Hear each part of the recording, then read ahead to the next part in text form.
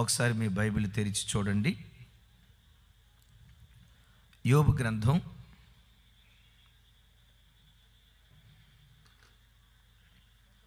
14వ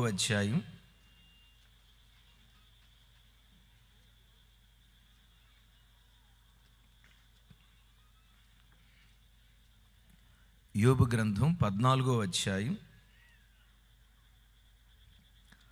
10వ వచనం చివరి మాట నేను చదువుతాను. అవకాశం ఉంటే మీరు నాతో కలిసి కాస్త పెద్దగా చెప్పడానికి ప్రయత్నం చేయండి. యోబు గ్రంథం 14వ అధ్యాయం 10వ వచనం నాతో కలిసి. నరులు ప్రాణము విడిచిన తర్వాత వారేమైపోదురు?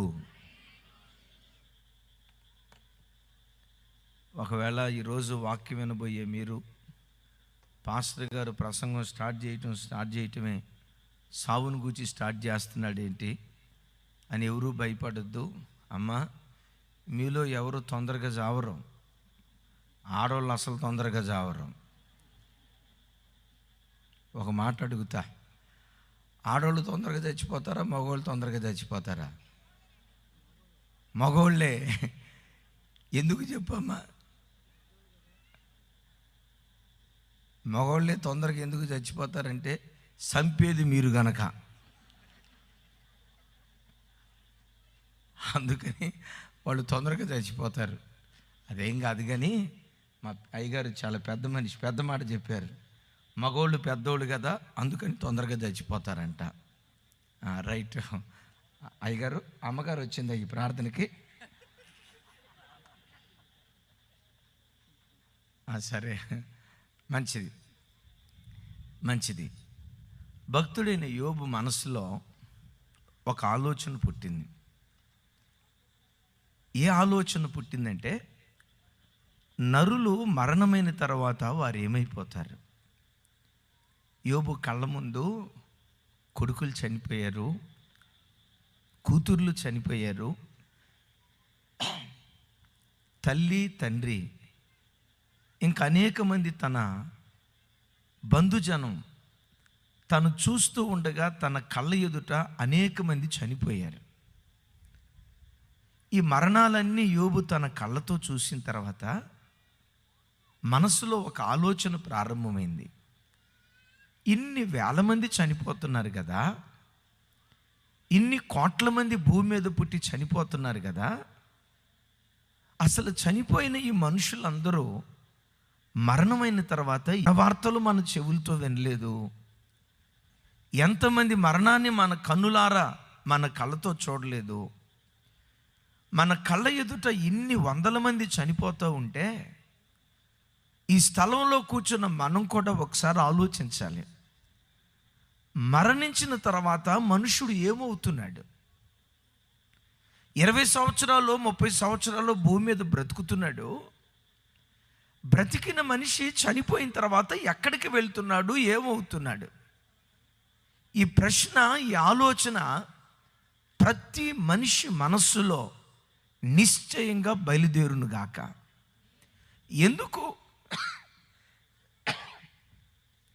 ఎందుకు మరణాన్ని గురించి ఆలోచించాలి? మరణం తర్వాత జీవితాన్ని గురించి ఎందుకు ఆలోచించాలి అని అంటే, లోకంలో బ్రతికిన ప్రతి మనుష్యుడు ఏదో ఒక రోజు చచ్చిపోతాడు. వాక్యం బోధించే నేను ఏదో ఒక రోజు చనిపోతాను. ఈ మీటింగ్స్ ఏర్పాటు చేసిన దైవ సేవకులు విజయ్ కుమార్ అయ్య గారు ఏదో ఒక రోజు చనిపోతారు. ఈ రాత్రి శబ్దయంత్రం ద్వారా ఎంతమంది అయితే దేవుని వాక్యం వింటున్నారో, మరణానికి పక్షపాతము లేదు గనుక ప్రతి మనుష్యుడు కోరుకున్నా కోరుకోకపోయినా, రమ్మని ఆహ్వానించినా ఆహ్వానించకపోయినా, మరణాన్ని ఇష్టపడినా ఇష్టపడకపోయినా, నువ్వు రమ్మని పిలిచినా పిలవకపోయినా, నువ్వు పిలిచినా పిలవకపోయినా, నీ ప్రమేయం లేకుండా మరణం ఏదో ఒక రోజు నీ తలుపు నిశ్చయంగా తడతాది. మరణం ఈ వ్యక్తి యొద్దకు రాదు అని చెప్పటానికి అవకాశం లేదు. విచిత్రం ఏంటంటే, మానవ మనుగడ ప్రారంభమైనది మొదలుకొని మరణం మీద విజయాన్ని సాధించాలని, యుగాయుగాలు మనుషుడు బ్రతకాలని, మరణాన్ని జయించటానికి అనేక రకాలైన ప్రయత్నాలు శాస్త్రజ్ఞులు చేస్తూ ఉన్నారు. ప్రయోగాలు చేసిన వాడు మరణించాడు, కానీ మరణం మాత్రం నేటి వరకు ప్రజల మీద విలయ తాండవం ఆడుతూనే ఉంది. అసలు భూమి మీద మరణం అనేది ఉండకూడదు. పుట్టినవాడు చిరంజీవిలాగా చిరకాలం బ్రతకాలి. చిరంజీవి అంటే సినిమా యాక్టర్ అనుకునేరు కాక, చిరంజీవి అంటే చిరకాలం బ్రతికేవాడని అర్థం. చిరంజీవి అనే పేరు పెట్టుకున్న వాళ్ళు కూడా చిరకాలం బ్రతకరు, ఏదో ఒక రోజు చనిపోతున్నారు. మరణం మీద జయాన్ని సాధించాలని మానవ మనుగడ ప్రారంభమైనది మొదలుకొని నేటి వరకు శతవిధాల మనుషులు ప్రయత్నం చేస్తున్నారు. మీకు ఒక మాట చెప్తారు, మరణం మీద ప్రయోగం చేసినటువంటి ఆ ప్రయోగదారుల్లో కొంతమంది ప్రయోగం చేసిన ఒక వ్యక్తుల గురించి చెప్తాను. మీలో చాలామంది పరమానందయ్య అనే పేరు వినుంటారు కదా. అమ్మ విన్నారా లేదా? పరమానందయ్యకి ఎంతమంది శిష్యులు? ఇట్టాటి చెప్పమంటే బాగా చెప్తారు, వాక్యం చెప్పమంటే చెప్పరు. పరమానందయ్యకి ఎంతమంది శిష్యులు అండి? 12 మంది శిష్యులు. ఒకరోజు గురువుగారు పరమానందయ్య కాస్త బాధతో ఉన్నాడు. ఈ శిష్యులంతా వచ్చి అంటున్నారు, గురుగారు మీరు ఎప్పుడు సంతోషంగా ఉండేవాళ్ళు, ఏంటి ఇప్పుడు చాలా బాధగా ఉన్నారు అన్నాడు. వెంటనే పరమానందయ్య చెప్పాడు, ఏం లేదురా, ఆ రూమ్లో నా ప్రాణ స్నేహితుడు ఉన్నాడు కదా, చిన్నతనం నుంచి వాడు నేను కలిసి ఆడుకున్నాం. ఇప్పుడు వాడు అనారోగ్యంతో ఉన్నాడు, రేపో మాపో చనిపోయేటట్లుగా ఉన్నాడు, వాడు చనిపోతాడేమోనని నాకు బాధగా ఉంది అన్నాడు. వాళ్ళు అన్నారు, గురువుగారు చనిపోవటం అంటే ఏంటి గురువుగారు అన్నారు. గురువుగారు అన్నాడు, చనిపోవటం అంటే ఏమి లేదురా, ప్రాణం పోవటం అన్నాడు. వాళ్ళు అన్నారు, గురువుగారు ప్రాణం ఎక్కడి నుంచి దేని గుండా పోద్ది అన్నారు. ఒరే ఏమి లేదురా, మనిషికి నవరంధ్రాలు ఉంటాయి, ముక్కు, కళ్ళు, చెవులు, నోరు, ఇట్లా నవరంధ్రాలు ఉంటాయి. ఈ నవరంధ్రాల్లో ఏదో ఒక రంధ్రం గుండా ప్రాణం పోవచ్చురా, ఇదిరా ప్రాణం పోవటం అంటే అని చెప్పారు. ఇక వెంటనే వీళ్ళ మనసులో బయలుదేరిన ఆలోచన ఏంటో తెలుసా? గురువుగారు బాధపడకుండా ఉండాలి. బాధపడకుండా ఉండాలంటే వాళ్ళ స్నేహితుడు చనిపోకుండా ఉండాలి. చనిపోకుండా ఉండాలంటే ప్రాణం పోకుండా ఉండాలి. ఇప్పుడు ప్రాణం వేటుకుండా పోద్ది? ముక్కుకుండా పోవచ్చు, కళ్ళకుండా పోవచ్చు, నోరు గుండా పోవచ్చు, చెవులు గుండా పోవచ్చు, నవరంధ్రాల్లో ఏ రంధ్రం గుండానైనా పోవచ్చు కదా.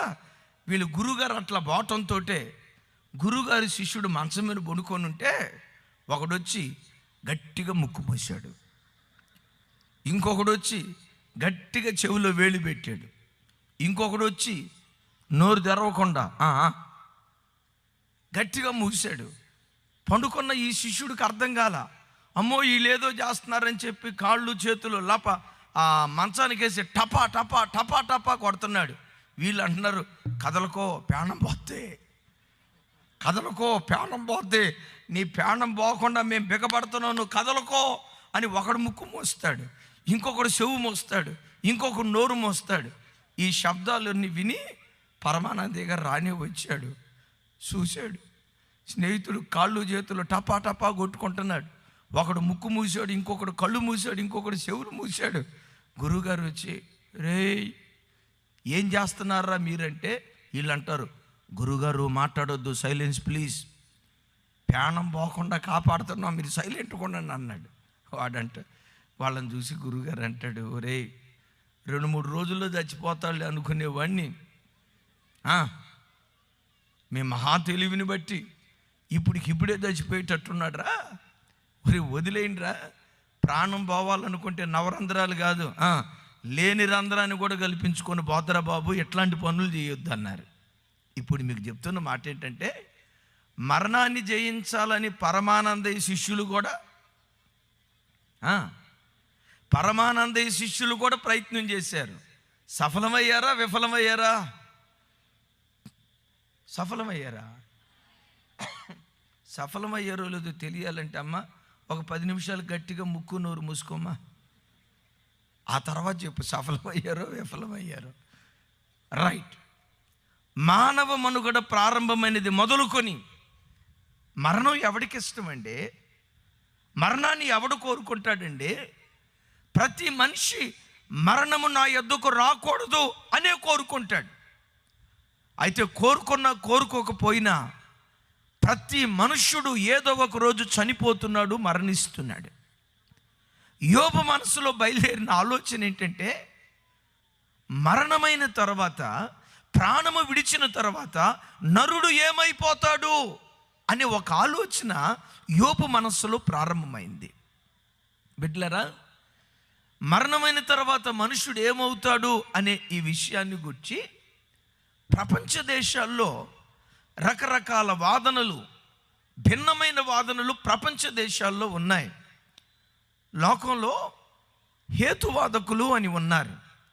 హేతువాదకుల వాదన ఏంటంటే, హేతువాదకులు అంటే దేవుడు లేడు, దయ్యం లేదు, దేవుడు అనేది ఒక అబద్ధం, మూఢనమ్మకం అని హేతువాదకులు మాట్లాడేవాళ్ళు. హేతువాదకుల అభిప్రాయం ఏంటో తెలుసా? మరణమే మానవ జీవితం ముగింపు. మరణం అంటే ఏమీ లేదు, శరీరము ప్రాణము వేరైపోవటం. ప్రాణము గాలి కదా, ప్రాణం విడిచిన తర్వాత ఆ గాలిలో కలిసిపోతుంది. శరీరం మట్టి కదా, శరీరం మట్టిలో నుంచి తీయబడింది కదా, మునుపటిలాగా తిరిగి మట్టి అయిపోతుంది. మరణమే మానవ జీవితం ముగింపు, మరణం తర్వాత మరొక జీవితం లేదు అని హేతువాదకులు విశ్వసిస్తారు. మన హైందవ సహోదరులు ఏమని విశ్వసిస్తారంటే, హైందవ సహోదరులు క్రియల సిద్ధాంతాన్ని వాళ్ళు విశ్వసిస్తారు. మనిషి ఈ జన్మలో పుణ్యం చేస్తే వచ్చే జన్మలో నందిగా పుడతాడు, పాపం చేస్తే పందిగా పుడతాడు. అర్థమైందా? ఈ జన్మలో పుణ్యం చేస్తే పోలీస్ కుక్కలాగా పుడతాడు, వచ్చే జన్మలో పాపం చేస్తే వీధి గజ్జి కుక్కలాగా పుడతాడు. ఈ జన్మలో పుణ్యం చేసాడు అనుకోండి, మంచిగా బ్రతికాడు అనుకోండి, నీతి న్యాయాలు కలిగి బ్రతికాడు అనుకోండి, వచ్చే జన్మలోనట నందిలాగా పుడతాడు. అది వాళ్ళ విశ్వాసం. పాపం చేస్తే చెప్పండమ్మా, మంచి చేస్తేనేమో నందిలాగా పుడతాడట, పాపం చేస్తేనేమో పందిలాగా పుడతాడట, పుణ్యం చేస్తేనేమో పోలీస్ కుక్కలాగా పుడతాడట, పాపం చేస్తేనేమో గజ్జి కుక్కలాగా పుడతాడు. అది వాళ్ళ విశ్వాసం. వాళ్ళను మనం పొరపాటును విమర్శించకూడదు, వాళ్ళ విశ్వాసం వాళ్ళది. మరణం తర్వాత జీవితం ఏంటి అని లోకంలో సమస్త మానవాళికి ఒక ప్రశ్న 2000 సంవత్సరాల క్రితం వరకు ఈ ప్రశ్నగానే ఉండేది. అద్భుతం ఏంటో తెలుసా? ఈ సంచలనాత్మకమైన ప్రశ్నకు జవాబు దయచేసిన వాడు ప్రభు అయిన యేసుక్రీస్తు వారు. చెప్దాం, గట్టిగా చప్పట్లు కొడుతూ ప్రభుకి స్తోత్రాలు చెప్దాం. మరణమైన తర్వాత మనుషుడు ఏమవుతాడు అనే ఈ ప్రశ్నకు సమస్త ప్రపంచానికి సవాలు విసురుతూ సమాధానం చెప్పిన వ్యక్తి ఎవరో తెలుసా? యేసుక్రీస్తు ప్రభు వారు. ఏ సమాధానం చెప్పారు? యేసుక్రీస్తు వారు సమాధిలో పెట్టబడిన తర్వాత, సమాధిలో పెట్టేటప్పుడు అందరూ ఏమనుకున్నారంటే, ఆదాము చనిపోయాడు, మట్టిలో మట్టి అయిపోయాడు, మోషే చనిపోయాడు, మట్టిలో మట్టి అయిపోయాడు,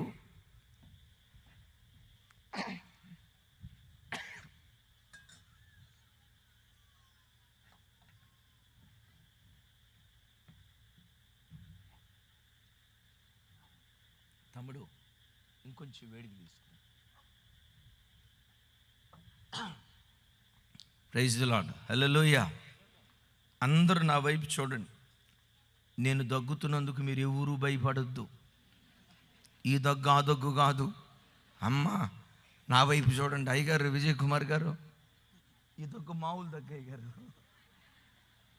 అమ్మ ఈ దగ్గు ఆ దగ్గు కాదు, జాగ్రత్త.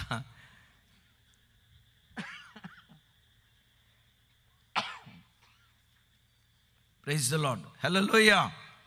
గట్టిగా చేతులు చెప్దాం హల్లెలూయా.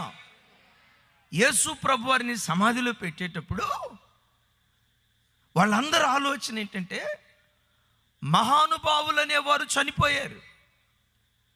గౌతమ బుద్ధుడు చనిపోయాడు, సమాధి నేటికి మూతవేయబడే ఉంది. దేవుళ్ళని పిలువబడిన వారు చనిపోయారు, వారి సమాధులు నేటి వరకు మూతవేయబడే ఉన్నాయి.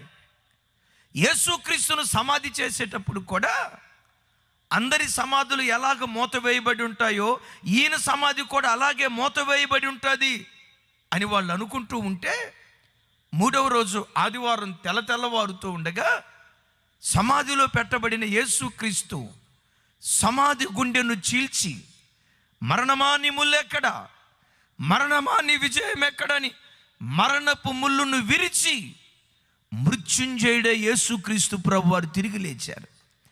ఆయన మృత్యుంజయుడే తిరిగి లేస్తూ ఉన్నప్పుడు ప్రపంచానికి ఏమని సమాధానం ఇచ్చాడో తెలుసా? మనుషులారా, మరణము మానవ జీవితం ముగింపు కాదు, మరణం తర్వాత మరో జీవితం ఉంది. మీరు అనుకుంటున్నారు కదా మరణమే మానవ జీవితం ముగింపు, మరణం తర్వాత ఏమీ లేదు, మరణమే ఆఖరి అని మీరు అనుకుంటున్నారు కదా. ప్రపంచానికి యేసుక్రీస్తు ఇచ్చిన జవాబు, ప్రపంచంలో ఉన్న సమస్త మానవులారా, హైందవ సహోదరులారా, మహమ్మదీయ సహోదరులారా, ఆకాశము క్రింద భూమికి పైన బ్రతుకుతున్న సమస్త మనుషులారా, మరణం మానవ జీవితం ముగింపు కాదు, మరణం తర్వాత మరో జీవితం ఉంది, మరణం తర్వాత మరో జీవితం ఉందని ప్రపంచానికి ఈ గొప్ప సత్యాన్ని తెలియచేసిన అద్భుతమైన వ్యక్తి ఎవరయ్యంటే ప్రభు అయిన యేసుక్రీస్తు వారు. చప్పట్లు కొడుతూ స్తోత్రాలు చెప్దాం కొంచెం గట్టిగా హల్లెలూయా. ఇప్పుడు మీరు అందరూ అడగాలి, అందరూ నా వైపు చూడండి. నేను మిమ్మల్ని అడుగుతాను, మహాత్మా గాంధీ గారు చనిపోయారు, ఆయన చనిపోయి తిరిగి లేచారా, నేటికి వారి సమాధిలోనే ఉన్నారా? మహానుభావుడు ఆయన.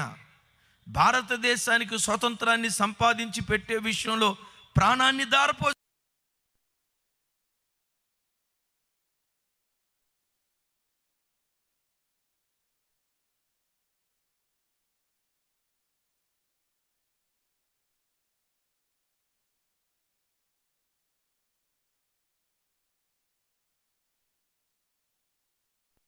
నేను మిమ్మల్ని అడుగుతాను, యేసుక్రీస్తు ఎందుకు సమాధిలో నుంచి పునరుద్ధానుడై తిరిగి లేచాడు?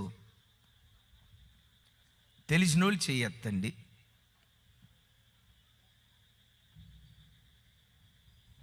అమ్మ ఎందుకు చెప్పండి? ఏదో ఒక రాయి అయిందమ్మా, తగిలితే తగిలింది, లేకపోతే లేదు. ఇక్కడ మిమ్మల్ని ఫెయిల్ చేసేది లేదు, పాస్ చేసేది లేదు. అమ్మా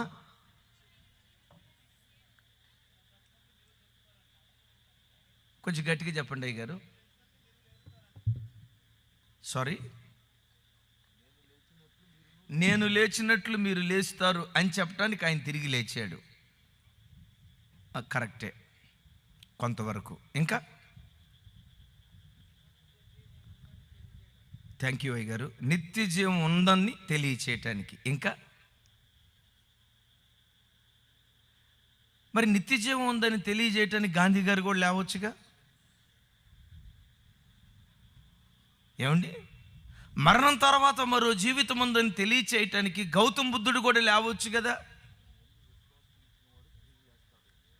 మరలా అడుగుతాను, మీకు తెలిస్తే సమాధానం చెప్పండి.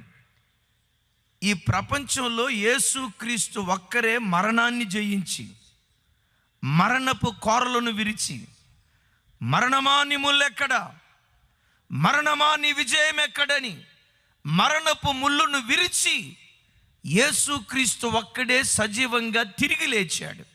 సమాధానం చెప్పండి. యేసు క్రీస్తు మాత్రమే తిరిగి లేవటానికి కారణం ఏంటి? ఆయన దేవుని కుమారుడు కనుక కాదు. Thank you. ఎవరో ఇక్కడ చెప్పారు, చప్పట్లు కొడదాం గట్టిగా, చప్పట్లు కొడదాం గట్టిగా. యేసుక్రీస్తు సమాధిలోకి వెళ్ళిన తర్వాత యేసును గూర్చి బైబిల్లో రాయబడిన మాట ఏంటో తెలుసా? మరణము ఆయనను బంధించుట అసాధ్యము గనుక అని రాయబడింది. మరణము ఆయనను బంధించుట అసాధ్యము గనుక. మరణమే యేసయ్యను బంధించలేకపోయింది. ఎందుకు మరణం బంధించలేకపోయింది? అసలు లోకంలో మరణం రావటానికి కారణం ఏంటి? లేఖనాల్లో రాయబడిన మాట, పాపము వలన వచ్చు జీతము, గట్టిగా, పాపము వలన వచ్చు జీతము మరణం. పాపం ఎక్కడుంటుందో మరణం అక్కడుంది, మరణం ఎక్కడుండదో పాపం అక్కడుంది. యేసుక్రీస్తును మరణం ఎందుకు బంధించలేకపోయిందో తెలుసా? ఆయన పాపము లేని పరమ పరిశుద్ధుడిని దేవుడు గనుక. మరణము యేసు దగ్గర ఓడిపోయింది, మరణము యేసు దగ్గర సాగిలపడింది, మరణము ఆయనను బంధించలేకపోయింది. కారణం ఏంటంటే మరణానికి కారణం పాపం. యేసులో ఏ పాపము లేదు గనుక, యేసులో ఏ పాపము లేదు గనుక మరణము ఆయనను బంధించలేకపోయింది. అందుకని ప్రభు బిడ్డలారా, ఆయన పాపము లేని దేవుడు అని క్రైస్తవులు మాత్రమే కాదు తెలుసుకుంది, ఈ ప్రపంచంలో ఉన్న ప్రతి మనుష్యుడికి యేసుక్రీస్తు పాపము లేని దేవుడు అని తెలుసు. దేవునికి ఉండాల్సిన గుణగణాలలో మొట్టమొదటి గుణగణం, మన మనుషులం కదా, నా వైపు చూడండి, మన మనుషులం కదా, మన శరీరానికి కామం ఉంటుంది, మన శరీరానికి అపవిత్రమైన ఇచ్చలు ఉంటాయి, అపవిత్రమైన కోరికలు ఉంటాయి. ఇది మనుషునికి ఉండే సహజ సిద్ధమైనటువంటి కోరిక. కానీ దేవుడు ఎవరో తెలుసా? కామ క్రోధ మోహ మద మాత్సర్యాలను జయించిన వాడే దేవుడు. ఈ ప్రపంచంలో కామ క్రోధ మోహ మద మాత్సర్యాలను జయించిన దేవుడు ఎవరైనా ఉన్నారని ప్రపంచమంతా మీరు వెతకండి. ఈ వెతుకులాటలో ఒకే దేవుడు కనపడతాడు. ఆ ఒక్క దేవుడే ప్రభు అయిన యేసుక్రీస్తు వారు. గట్టిగా చెప్దాం హల్లెలూయా. బిడ్డలారా, నా వైపు చూడండి, బాగా శ్రద్ధగా వింటున్నారు. పాపము లేని పరిశుద్ధుడైన దేవుడు. ఈ ప్రపంచంలో దేవుడు అని పిలువబడిన వారు కోకొల్లలుగా ఉన్నారు, ఉండొచ్చు. కొన్ని దేశాల్లో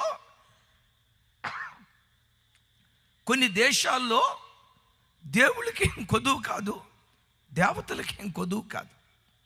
కొన్ని దేశాల్లో విచిత్రం తెలుసా? ఆ దేశంలో దేవుళ్ళు ఎక్కువయ్యి ట్రాఫిక్ జామ్ అయిపోయిందంట. ఏం జామ్ అయిపోయింది? ఒకలా ఎదురా దేవుళ్ళు ఎక్కువైపోయి ట్రాఫిక్ జామ్ అయిపోయిందంట కొన్ని దేశాల్లో. దేవుడు అని పిలువబడిన వారు కోకొల్లలు. పరిశుద్ధ దేవుడని పిలువబడే ఒకే ఒక్క దేవుడు మనం ఆరాధించే నజరేయుడైన యేసుక్రీస్తు వారు.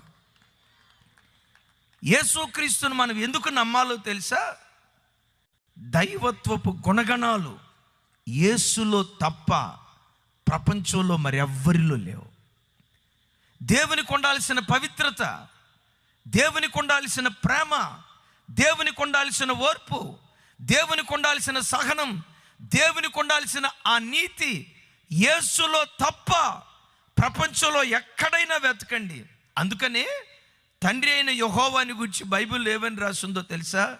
యెహోవా, వేల్పులలో నీ వంటి వాడెవడు, పరిశుద్ధతను బట్టి నీవు మహనీయుడువు అంటాడు. దేన్ని బట్టి అంటే దేవునికి ఉండాల్సిన గుణగణాల్లో మొట్టమొదటి గుణం ఏంటంటే పరిశుద్ధత, పవిత్రత. మీరైనా నేనైనా యేసును ఎందుకు నమ్మాలో తెలుసా? మనకు మేలు చేసాడని కాదు. మీరైనా నేనైనా యేసును ఎందుకు నమ్మాలో తెలుసా? రొయ్యల చెరువులు బాగా పండుతాయని కాదు. మీరైనా నేనైనా యేసును ఎందుకు నమ్మాలో తెలుసా? చేపల చెరువు బాగా పండిద్దని కాదు. యేసును ఎందుకు నమ్మాలో తెలుసా? దైవత్వపు గుణగణాలు యేసులో మాత్రమే ఉన్నాయి. కొంతమంది చెప్పే సాక్ష్యాలు వింటే నవ్వాలో ఏడవాలో అర్థం కాదు. ఆ మధ్య ఒక ఆమె వచ్చి సాక్ష్యం చెప్తుంది, అయ్యా యేసుబాబుని నేను ఎందుకు నమ్ముకున్నానంటే, ఎవరమ్మా? యేసుబాబు. వినండి, యేసుబాబుని నేను ఎందుకు నమ్ముకున్నానంటే, యేసుబాబుని నమ్ముకోక మునుపు మా గేదె సరిగ్గా పాలిచ్చేది కాదయ్యా. యేసుబాబుని నమ్ముకున్న తర్వాత మా గేదె లీటర్ల పాలిస్తుంది అయ్యా, అందుకని యేసుబాబుని నమ్ముకున్నాను అంది. ఇంకొకడు కూడా అంటాడు రేపు, యేసుబాబుని నమ్ముకోక మునుపు మా కోడిపేట గుడ్లు పెట్టేది కాదయ్యా, ఇప్పుడు యేసుబాబుని నమ్ముకున్న తర్వాత డజన్లు పెడుతుంది అయ్యా, అందుకని యేసుబాబుని నమ్ముకున్నాను. అమాయకపు జనమా, కాలు బాగు చేస్తాడు కన్ను బాగు చేస్తాడని కాదు యేసుని నమ్మాల్సింది. పంట బాగా పండిద్ది, పిల్లలు ఆశీర్వదించబడతారని కాదు. సంతానం లేకపోతే సంతానం కలిగిద్ది, అనారోగ్యంతో ఉంటే ఆరోగ్యం కలిగిద్ది అని నశించిపోయే భూ సంబంధమైన ఆశీర్వాదాల కొరకు కాదు యేసును నమ్మాల్సింది. ఇవన్నీ జరగవా? నిశ్చయంగా జరుగుతాయి. అయితే వాటి కొరకు కాదు యేసుని నమ్మాల్సింది. యేసుని ఎందుకు నమ్మాలో తెలుసా? దేవునికి ఉండాల్సిన గుణగణాలు ప్రపంచంలో యేసులో మాత్రమే ఉన్నాయి. ఆయన దైవత్వపు గుణగణాలను బట్టి ఆయన మనం ఆరాధించే ఆరాధికులుగా బ్రతుకుదుము గాక. చప్పలు కొడుతూ ప్రభుకి స్తోత్రాలు చెప్దాం. గట్టిగా హల్లెలూయా. హుషారుగా చెప్దాం హల్లెలూయా. గట్టిగా చెప్పాలి. మీరు మెల్లిగా చెప్తే కుదరదు. ఎందుకంటే విజయ్ కుమార్ అయ్య గారు చెప్పారు, మధ్యరాత్రి 1 గంట దాకా వాక్యం చెప్పమన్నారు. వింటానన్న వాళ్ళు చేతులు ఎత్తండి. మీ అంత అబద్ధికులు భూమి మీదే లేరమ్మా. అయ్యగారు 1 గంట దాకా చెప్తే వింటారా? హల్లెలూయా. గట్టిగా చెప్దాం హల్లెలూయా. నా వైపు చూడండి. రైట్. యేసుక్రీస్తు మాత్రమే మరణాన్ని గెలిచి తిరిగి లేవటానికి కారణం, యేసు ఒక్కడే పాపము లేనివాడు. రైట్. ఆయన తిరిగి లేస్తూ ప్రపంచ మానవాళికి ఒక నిరీక్షణ కలుగు చేశాడు. ఓ మనుషులారా వినండి. ఓ మనుషులారా, మరణం మానవ జీవితం ముగింపు కాదు. మరణం తర్వాత అసలు సిసలు జీవితం ఉంది. బిడ్డలారా వినండి, మరణానికి ముందున్న ఈ జీవితం ఉంది చూసారా, ఇది చాలా పరిమితి కలిగినటువంటి జీవితం. మరణం తర్వాత ప్రారంభమయ్యే జీవితం యుగాయుగాలు ఉండేటువంటి జీవితం. ఈ మాట బాగా ఆలోచించండి. ఈ జీవితం ఉంది చూసారా, ఎన్ని సంవత్సరాలు బ్రతుకుతామో మనకు తెలియదు. 60 సంవత్సరాలు బ్రతుకుతాము, 70 సంవత్సరాలు బ్రతుకుతాము. దావీదు గారు అన్నట్లుగా అధిక బలం ఉంటే, ఇప్పుడు కరోనా ఆ మాట అనిచ్చేటట్టు లేదు. ఇప్పుడు కరోనా 80 సంవత్సరాలనే మాట అనిచ్చేటట్టు లేదు. సరే అనుకుందాం, అధిక బలం ఉంటే 80, 90, 100. అయితే ఈ జీవితము పరిమితి కలిగింది. విచిత్రం ఏంటో తెలుసా? మరణం తర్వాత ప్రారంభమయ్యే జీవితం ఉంది చూసారా, మరణం తర్వాత ప్రారంభం అవబోయే జీవితం ఉంది చూసారా, ఆ జీవితం యుగాయుగాలు ఉండేటువంటి జీవితం. ఇప్పుడు ఒక మాట, మరణించిన తర్వాత మనుషుడు మరలా తిరిగి బ్రతుకుతాడు అని మీరు చెప్తున్నారు కదా. మరణించిన తర్వాత మరలా తిరిగి మనిషి బ్రతికేటప్పుడు ఎలాంటి శరీరంతో లేస్తాడు? ఎలాంటి శరీరంతో తను రూపాంతరం చెందుతాడు? ఆలోచిస్తూ ఉంటే అపోస్తులుడైన పౌలు గారు మాట్లాడుతూ కొరింథీ పత్రికలో వినండి, కొరింథీ పత్రికలో ఏమంటాడో తెలుసా? ఓ అవివేకి, నువ్వు విత్తింది చచ్చితేనే కానీ అది ఫలించదు అని నువ్వు ఎరగవా? చూడండి, ఓ చిన్న మామిడి చెట్టు ఉంది. మామిడి విత్తనం ఉంది కదా. మామిడి విత్తనాన్ని మన భూమిలో నాటిన తర్వాత ఆ విత్తనం భూమి లోపల చనిపోతుంది. మొదట చనిపోయిన ఆ విత్తనంలో నుండి ఓ చిన్న మొలక ప్రారంభమవుతుంది. ఆ మొలక పెరిగి మొక్క అవుతుంది.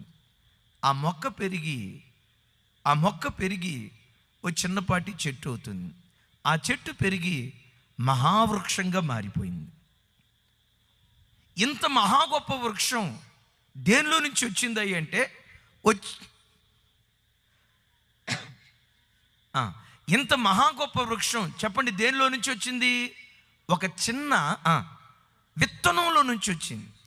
విత్తేటప్పుడు విత్తనం చాలా చిన్నది, కానీ ఆ విత్తనం మొలకెత్తి మహావృక్షమైన తర్వాత విత్తనానికి చెట్టుకు పోలిక లేనట్లుగా, విత్తనానికి చెట్టుకు సారూప్యం లేనట్లుగా ఆ భిన్నమైన రీతిలో ఉంది.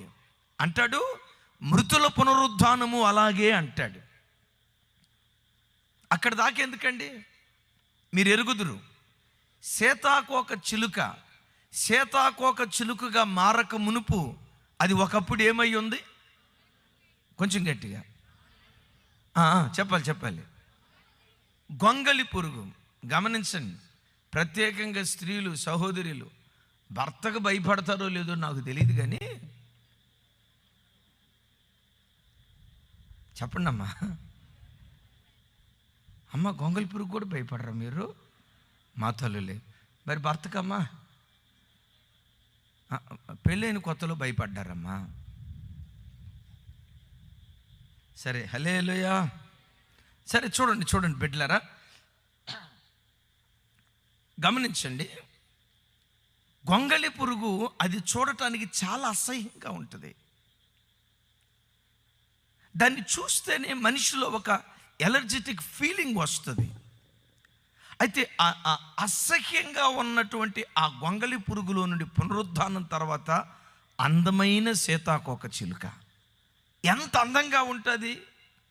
గొంగలి పురుగు సీతాకోక చిలుకగా ఎలా రూపాంతరం చెందిందో పౌలు గారు అంటాడు, మృతుల పునరుద్ధానము అలాగే. ఓ విత్తనం విత్తినప్పుడు చిన్న విత్తనంగా విత్తేము, అది చనిపోయిన తర్వాత మహావృక్షం అయిపోయింది. మృతుల పునరుద్ధానము అలాగే. క్రైస్తవ జనమా, ఈ చిన్న జీవితంలో మృతుల పునరుద్ధానం కొరకు మనం పోరాడేవారిగా ఉందుముగాక. పరలోక రాజ్యాన్ని సంపాదించుకోవటానికి మనం ప్రాకులాడేవారిగా ఉందుముగాక. యేసు నీ దగ్గరకు వచ్చి, నా కుమారి నీకేం కావాలో కోరుకోరా, నా కుమారుడా నీకేం కావాలో కోరుకో నాయనా అని దేవుడు నిన్ను అడిగితే నీ పెదవుల్లో నుంచి బయలుదేరాల్సిన మొట్టమొదటి ఒకే ఒక్క మాట, యేసయ్యా ఈ భూమి మీద నేను ఎంతకాలం బ్రతుకుతానో నాకు తెలియదయ్యా, నా గుండెల నిండా ఉన్న ఆశ భూలోకంలో కళ్ళు మూస్తే పరలోకంలో కళ్ళు తెరిచే భాగ్యం మీరు నాకు దయచేయాలి. ఏం కావాలి నీకు అని ప్రభువు నిన్ను అడిగితే, యవనస్తుడా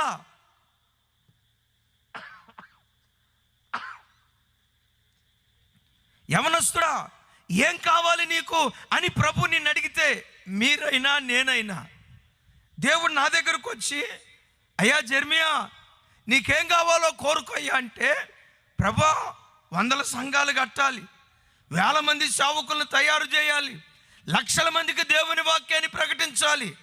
అది కాదు నా మొట్టమొదటి ఆశ, అది కాదు నా మొట్టమొదటి ఆశ ఉండాల్సింది. ప్రతి క్రైస్తవుడి మొట్టమొదటి ఆశ, దేవా ఈ లోకంలో నేను కళ్ళు మూస్తే పరలోకంలో కళ్ళు తెరిచే భాగ్యం నాకు దయచేయ్యా, నీ ముఖ దర్శనం చేసే భాగ్యం దయచేయ్యా, యుగాయుగాలు పరలోకంలో ఉండే ధన్యత నాకు దయచేయని ప్రతి బిడ్డ పరలోక కాంక్షతో బ్రతికేవారిగా దేవుని సన్నిధిలో ఉందురుగాక. ఎందుకు అంటే యేసయ్య ఒక మాట అంటాడు, ఒకడు లోకమంతా సంపాదించి,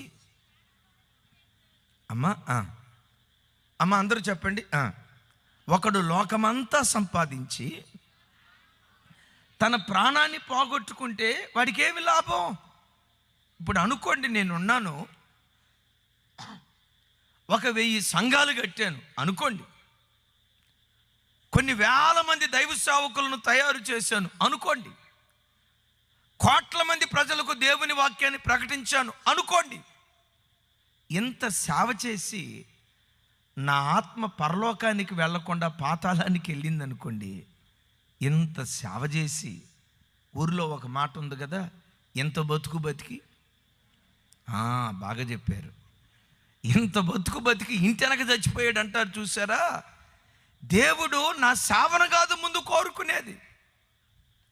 ప్రభు దగ్గరకు వచ్చిన ప్రతి బిడ్డ, దేవా యేసయ్య వైపు 2 చేతులు జోడించి ఆయన పాదాలు పట్టుకొని, దేవా ఈ లోకంలో నాకు ఏమిచ్చినా ఏమి ఇవ్వకపోయినా, బ్రతుకు కాలమంతా పేదవాడిగా ఒకవేళ నేను బ్రతికినా, భూలోకంలో కళ్ళు మూస్తే పరలోకంలో కళ్ళు తెరిచే ధన్యత నాకు దయచేయ్యా, నీతో యుగాయుగాలు బ్రతికే భాగ్యం దయచేయని ప్రతి హృదయము పరలోక కాంక్షతో ఈ రాత్రి మండించబడును గాక. నా వైపు చూడండి బిడ్డలారా, నా గుండెల్లో ఉన్న ఆశ, నా గుండెల్లో దేవుడు పెట్టిన కోరిక ఏంటో తెలుసా? ఈ రాత్రి ఈ స్థలంలో ఎంతమందినైతే నేను చూస్తున్నానో మీ అందరినీ పరలోకంలో చూసే భాగ్యం దేవుడు ఇవ్వాలి. మీలో ఒక్క బిడ్డ కూడా, ఒక్క వ్యక్తి కూడా పాతాళానికి అప్పగించబడకూడదు. ఇక్కడ ఎలా కూర్చొని ప్రభుని మనం ఆరాధించామో పరలోకంలో కూడా మీ విజయ్ కుమార్ అయ్య గారు మీకు పాస్టర్ గారుగా ఉండును గాక. అయ్యగారు పరలోకంలో పాస్టర్ గారు ఉన్నారో లేదో నాకు తెలియదు. అయితే నా ఆశ, సంఘంగా ఎక్కడెట్లా కూడుకొని ప్రభుని ఆరాధించామో పరలోకంలో కూడా, అమ్మా మీలో ఒక డెక్క అయినా విడవబడకూడదు, మీ యవ్వన బిడ్డలు విడవబడకూడదు, మీ భర్త విడవబడకూడదు. లోకంలో ఉన్నప్పుడు కుటుంబంగా మీరు ఎట్లా కలిసి ఉన్నారో పరలోకంలో కూడా కుటుంబం అంతా దేవుని సన్నిధిలో కనపడే భాగ్యం దేవుడిచ్చును గాక. మంచిది. మరణం తర్వాత మరో జీవితం ఉంది అని మనం విన్నాం. మరణం తర్వాత ఉండబోయే ఆ మరో జీవితం ఎలా ఉంటుంది? కొరింథీ పత్రిక చూడండి.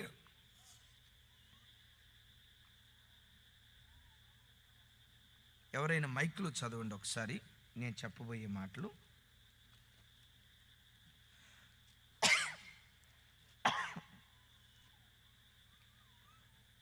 మొదటి కొరింథీ పత్రిక 15వ అధ్యాయం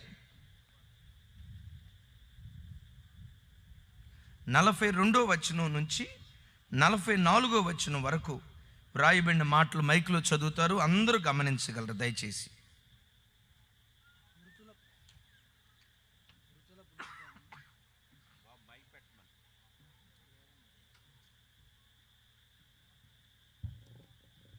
తమ్ముడు, సౌండ్ సిస్టమ్ తమ్ముడు ఎక్కడున్నారు? సౌండ్ సిస్టమ్ తమ్ముడు.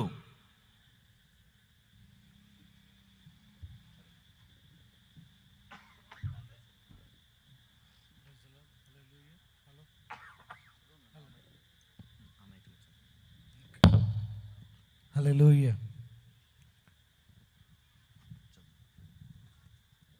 మృతుల పునరుద్ధానము అలాగే శరీరము క్షయమైనదిగా విత్తబడి అక్షయమైనదిగా లేపబడును, ఘనహీనమైనదిగా విత్తబడి మహిమగలదిగా లేపబడును, బలహీనమైనదిగా విత్తబడి బలమైనదిగా లేపబడును. ప్రకృతి సంబంధమైన శరీరముగా విత్తబడి ఆత్మ సంబంధ శరీరముగా లేపబడును. ప్రకృతి సంబంధమైన శరీరం ఉన్నది కనుక ఆత్మ సంబంధమైన శరీరము కూడా ఉన్నది. చప్పట్లు కొడుతూ స్తోత్రాలు చెప్దాం. అందరూ గట్టిగా చప్పట్లు కొట్టాలి, గట్టిగా హల్లెలూయా. ప్రైజ్ ది లార్డ్ చెప్దాం. Praise the Lord. తమ్ముడు కొంచెం షార్ప్ పెట్టు, షార్ప్. రైట్. చూడండి, అపోస్తలుడైన పౌలు గారు ఇక్కడ అంటాడు, అందరూ నా వైపు చూడండి, ఈ శరీరానికి ఉన్న 4 స్వభావాలు చెప్తున్నాడు, పునరుద్ధానపు శరీరానికి ఉండబోయే 4 స్వభావాలు చెప్తున్నాడు. ఈ శరీరాన్ని గురించి ఏమంటాడంటే, ఈ శరీరము క్షయమైపోయే శరీరం, ఈ శరీరము ఘనహీనమైన శరీరం, ఈ శరీరము బలహీనమైన శరీరం, ఈ శరీరము ప్రకృతి సంబంధమైన శరీరం. మృతుల పునరుద్ధానపు దినాన దేవుడి శరీరాన్ని ఎలా మార్చబోతున్నాడంటే, క్షయమైపోయే ఈ శరీరానికి అక్షయతను అనుగ్రహించబోతున్నాడు. బలహీనమైన ఈ శరీరాన్ని బలము కలిగినదిగా దేవుడు లేపబోతున్నాడు.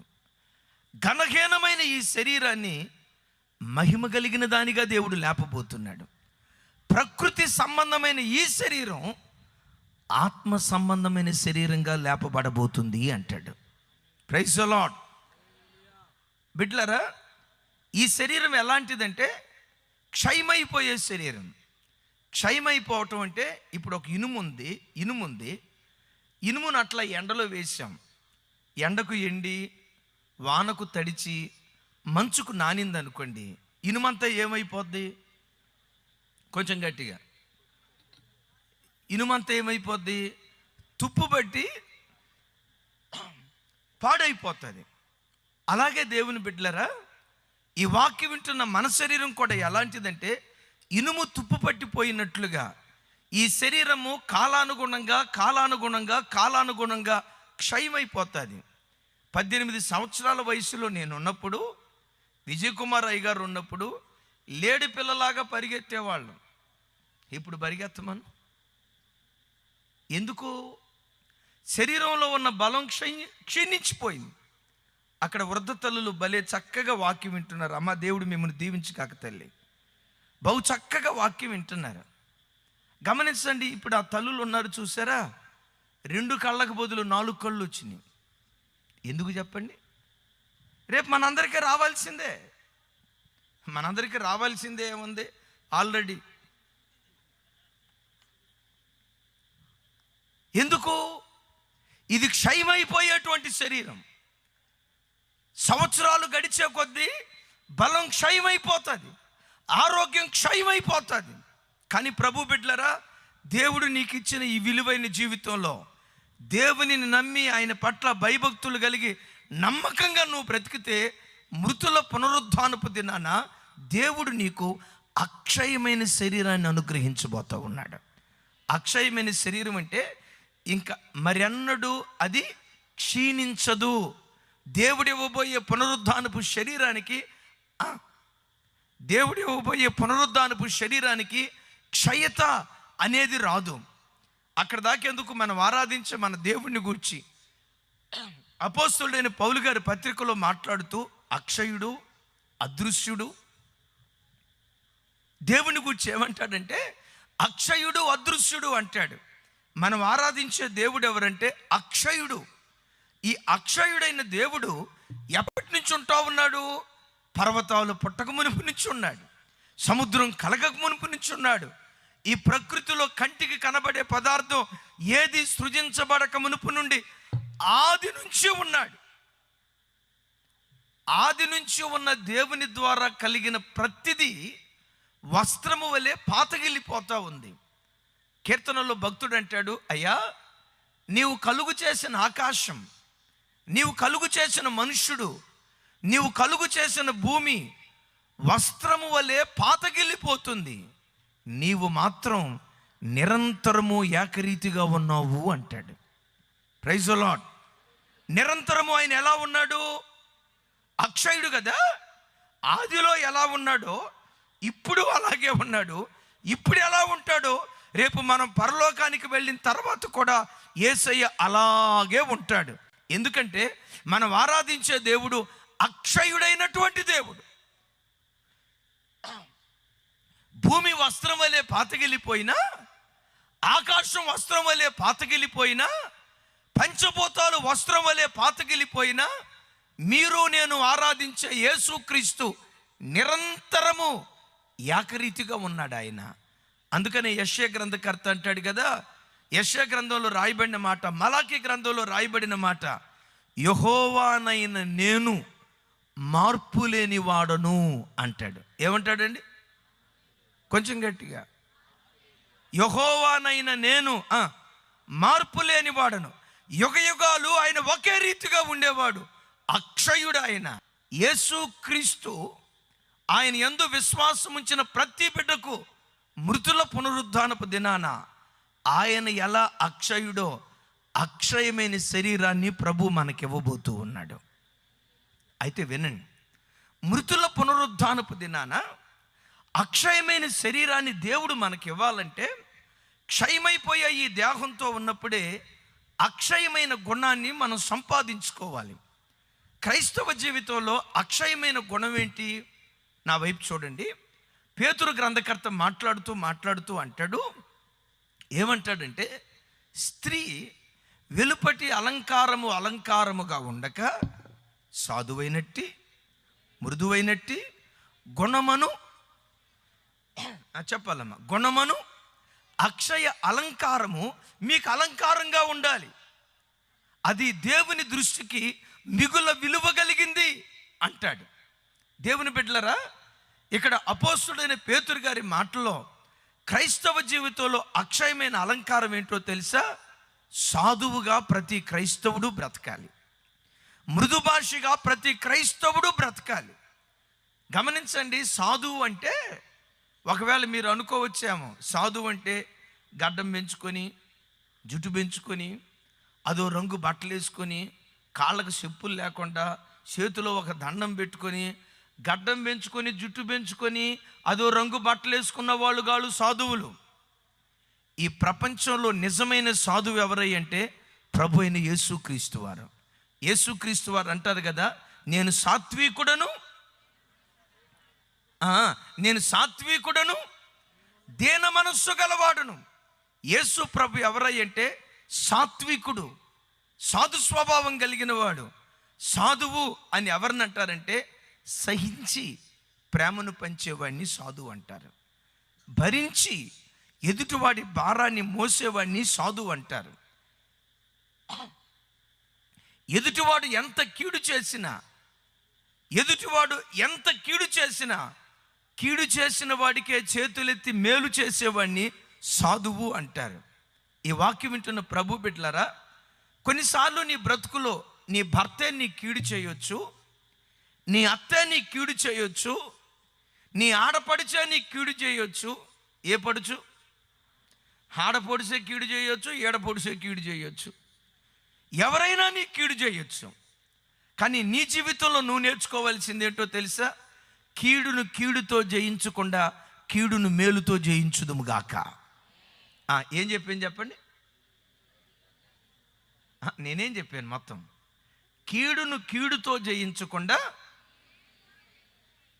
అమ్మా, మనకెవరైనా కీడు చేశారు అనుకోండి, సహజంగా మనకుండే ఆలోచన ఏంటంటే, ప్రభా ఇప్పుడే మీ మహిమను చూపించిన ఆయన, వాడు కాలో యేసు రక్తమే జయం, వాడు చెయ్యో యేసు రక్తమే జయం, ఒకరు చూపించిన ఆయన అని అంటాం. మన మనస్తత్వం అది. నిజ క్రైస్తవుడు, సాధు స్వభావం కలిగిన క్రైస్తవుడు ఏం చేస్తాడో తెలుసా? కీడు చేసిన వాడికి మేలు చేయటం ప్రారంభిస్తాడు. ఈ ప్రపంచంలోనండి కీడు చేసిన వ్యక్తులకు మేలు చేసిన వ్యక్తి ఎవరైనా ఉన్నారంటే నా ప్రభు అయిన యేసుక్రీస్తు వారు ఒక్కరు మాత్రమే. చప్పట్లు కొడదాం గట్టిగా ఆయనకి. ఓ మంచి మాట చెప్తాను, నా వైపు చూడండి. యేసుక్రీస్తు ప్రభు వారు సిలువ మ్రాను మీద వేలాడేటప్పుడు ఒక రానువాడు యేసు ప్రభును పొడవటానికి ఈటిని తీసుకొని వచ్చి పొడిచాడు. అతన్ని గూర్చి బైబిల్లో అంత వివరణ కొంతవరకే ఉంది, కానీ యేసు ప్రభును ప్రక్కలో ఈటతో పొడవటానికి వచ్చిన ఆ వ్యక్తి పేరు లాంగరన్. ఆ రోమా సైనికుడు కళ్ళజబ్బుతో ఒక కన్ను సరిగ్గా చూపు లేక దృష్టిని కోల్పోయి ఒంటి కంటితోనే తాను చూడగలడు, కళ్ళజబ్బు కలిగిన వాడు. ఆ ఒంటి కన్నుతో యేసు ప్రభును పొడవటానికి వచ్చి ఈటితో పొడిచాడు. యేసయ్య రక్తం వాడి 2 కళ్ళల్లో అట్లా చిమ్మింది. 2 కళ్ళలో యేసయ్య రక్తం పడింది. యేసయ్య రక్తము 2 కళ్ళల్లో ఎప్పుడైతే పడిందో అప్పటి వరకు రోగంతో ఉన్న ఆ కన్ను, గుడ్డితనం కలిగిన ఆ కన్ను తేటగా చూడటం ప్రారంభించిందట. ఎప్పుడైతే తేటగా చూడటం ప్రారంభించిందో యేసు ప్రభు సిలువ చెంత మోకరించి, ఈయన నిజముగా నీతిపరుడు, ఈయన నిజముగా దేవుని కుమారుడు, ఈయన నిజముగా దేవుడై ఉన్నాడని యేసు ప్రభు సిలువ చెంత మోకరించి యేసుక్రీస్తును స్వరక్షకునిగా అంగీకరించి అనేక ప్రాంతాలు తిరిగి యేసే నిజమైన దేవుడని ప్రకటించాడట. Praise the lord. అందరూ చూడండి. హల్లెలూయా. యేసయ్య రక్తం వాడి కంటిలో బట్టంతో వాడి కన్ను ఏమైంది? నేను అడుగుతాను, వాడు యేసు ప్రభుకి మేలు చేశాడా కీడు చేశాడా? కీడు చేసిన వాడికి యేసయ్య ఏం చేశాడు? నేను ఒక మాట అడుగుతా, ఒకవేళ మనలో ఎవడైనా అట్ట బుడిసాడు అనుకోండి, మన రక్తమే కనుక ఆడి కంట్లో పడితే ఏమయ్యేది చెప్పండి? రెండో కన్ను కూడా పోయేదమ్మా. నీ రక్తంలో అంత బలం ఉంది. ఎందుకంటే మన రక్తం హేబేలు రక్తం. హేబేలే కదా. Praise the lord.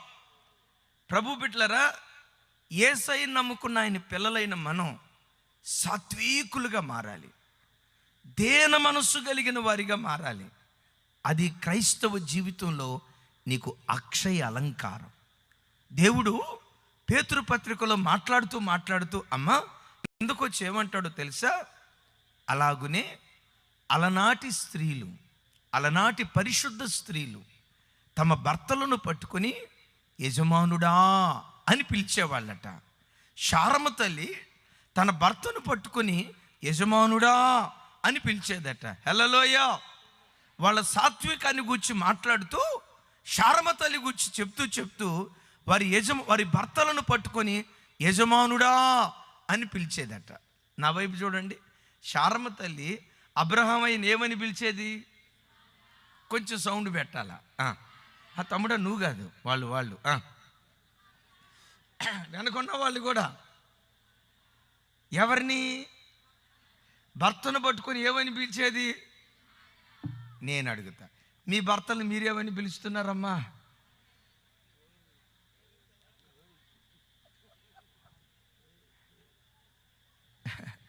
ఎవరైనా అమ్మ ఇక్కడ ఎవరైనా నా వైపు చూడండి, భర్తలను పట్టుకొని యజమానుడా అని పిలిచే ఆ భక్తి కలిగిన తల్లి ఎవరైనా ఉంటే ఒకసారి లేచి నిలవబడండి అమ్మా. మీ మెడలో పూలదండేసి ఇప్పుడే ఫోటో తీసి రేపు సాక్షి ఫ్రంట్ పేజీలో మీ ఫోటో వేపిస్తానమ్మా. శారమ తల్లి ఏమని పిలిచింది? మనమేమని పిలుస్తామో తెలుసా? దోయ్, ఇదిగో నిన్నే దోయ్. ఇంకేమంటారు గారు? ఇదిగో ఇంకా అదిగో, ఇదిగో వరకేనా?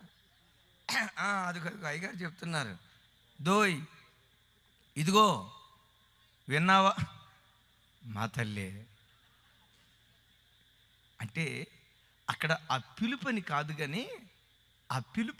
కానీ స్త్రీ అంటే ఇక్కడ కేవలం స్త్రీలను గూర్చి రాయబడింది కాదు.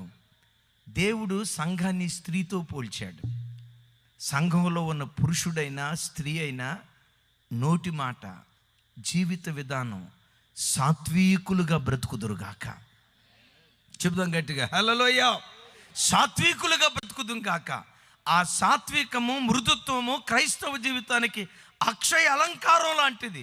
ఎవరు సాత్వికులుగా బ్రతుకుతారో మృతుల పునరుద్ధానపు దినాన క్షయమైపోయే ఈ శరీరానికి అక్షయతను దేవుడు అనుగ్రహించటం ప్రారంభిస్తాడు. చెప్తున్నాను బిడ్డలారా, కోపిష్ఠులు పరలోకంలో ఉండరు. కీడుకు ప్రతి కీడు చేసేవాళ్ళు పరలోకంలో ఉండరు. కోపాన్ని ప్రదర్శించే కోపిష్ఠులు పరలోకంలో ఉండరు. ప్రతి క్రైస్తవుడు తన బ్రతుకులో సాత్వికులుగా మార్చబడుదురు. అటుగా చెప్దాం ఆమేన్. చెప్పండి. ఈ క్షయమైపోయే శరీరం ఏమవుతుందట?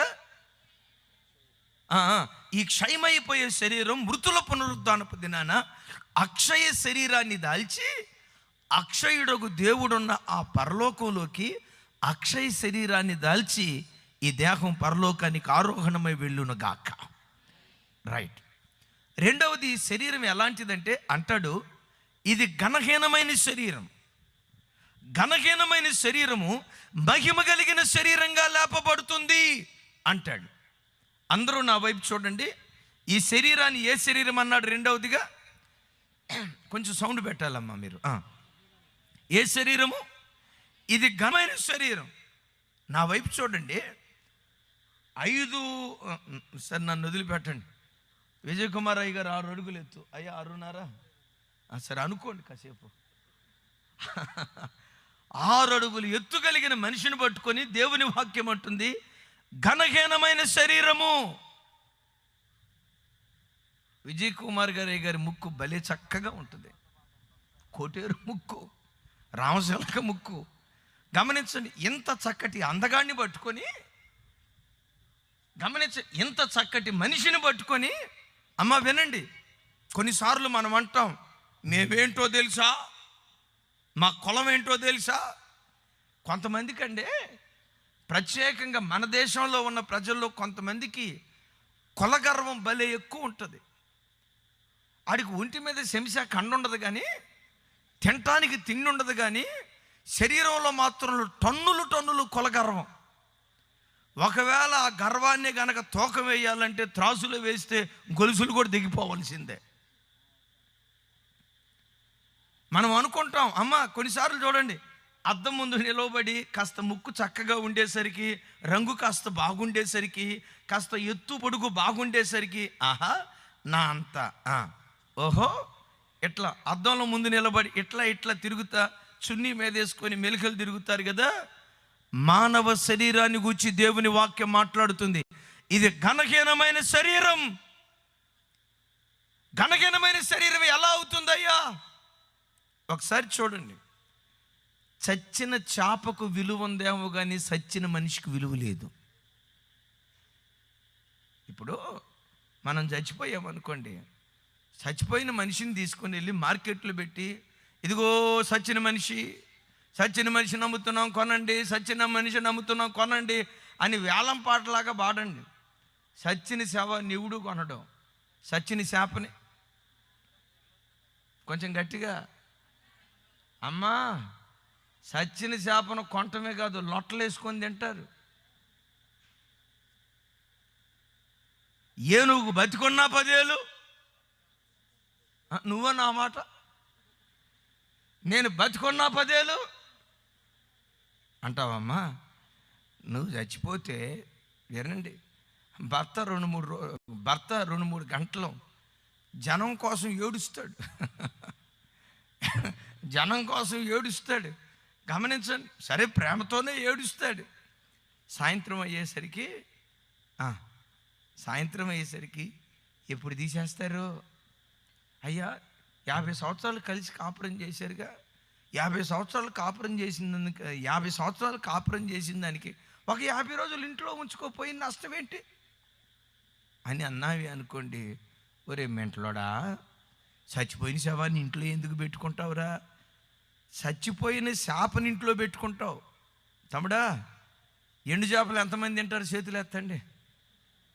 అమ్మా, మీరు పుట్టిందే చేపల్లోనమ్మా. నిజంగా మీ ప్రాంతాలు దీవించబడిన ప్రాంతాలు అయ్యారు. నేను అప్పుడప్పుడు అనుకుంటా, నేను ఈ ఊర్లో ఎందుకు పుట్టలేదా అనుకుంటా. తమ్ముడా, విశ్వాసం ఉన్నావా? రైట్, చూడండి, మంచి ఆరోగ్యకరమైన ఆహారం ఏమి లేదు, ఆ పూటకు తినడానికి ఏమీ లేకపోతే సిస్టర్స్ అయినా గాలం తీసుకొని వెళ్ళారంటే చాలు, ఆ పూట కూర వచ్చినట్టే. నిజమమ్మా, దేవుడు మిమ్మల్ని దీవించాడు. నిజంగా మీరు దీవించబడిన ప్రజలు. అరే ఆమెను అనుకోండి, ఏం దీవించబడిన ప్రజలయ్యా, ఈ చేపల కంపు భరించలేకపోతున్నాం అంటారా? బిడ్డలారా వినండి, ఘనహీనమైన ఈ శరీరాన్ని మహిమ కలిగిన శరీరంగా దేవుడు లేపబోతున్నాడు. ఒక అద్భుతం తెలుసా? ఈ శరీరానికి దేవుడు ఎంత మహిమని ఇవ్వబోతున్నాడంటే, మహిమ అంటే నథింగ్ బట్ లైట్. మహిమ అంటే నథింగ్ బట్ వెలుగు. ఒకసారి చూడండి, ఈ మట్టి దేహానికి ఎంత మహిమను, ఎంత వెలుగును దేవుడు ఇవ్వబోతున్నాడంటే, బైబిల్లో ఒక చోట సువార్తల్లో రాసి ఉంటుంది, నీతిమంతులు దేవుని రాజ్యములో సూర్యుని వలె తేజరిల్లుదురు అని రాసి ఉంది. అమ్మ, ఎలా తేజరిల్లుతారట అంటే, ఒక్కొక్క క్రైస్తవుడు పరలోకంలో ఒక్కొక్క సూర్యుడితో సమానం. అందుకని పరలోకాన్ని గురించి ఏమని రాసి ఉందంటే, అక్కడ వెలుగునివ్వటానికి సూర్యుడు అక్కరలేదు, చంద్రుడు అక్కరలేదు. ఎందుకు సూర్యుడు అక్కరలేదు?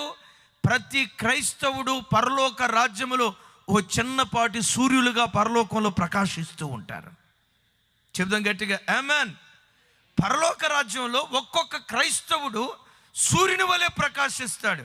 సూర్యుడు అంటంతో బిడ్లరా, బైబిల్లో చరిత్ర గ్రంథాల్లో మనం చూస్తే సూర్యుని యొక్క మధ్య భాగంలో at the centre of the sun 1,40,00,000 డిగ్రీల సెంటీగ్రేడ్ ఉష్ణోగ్రత ఉంటుంది.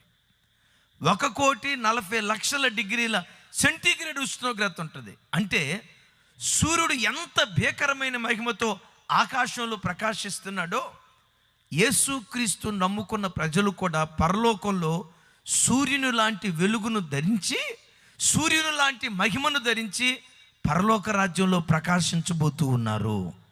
Praise the Lord. పరలోకంలో దేవుడు ఆ మహిమను మనకివ్వాలంటే ఇక్కడ ఒక మంచి మాట చెప్తాను.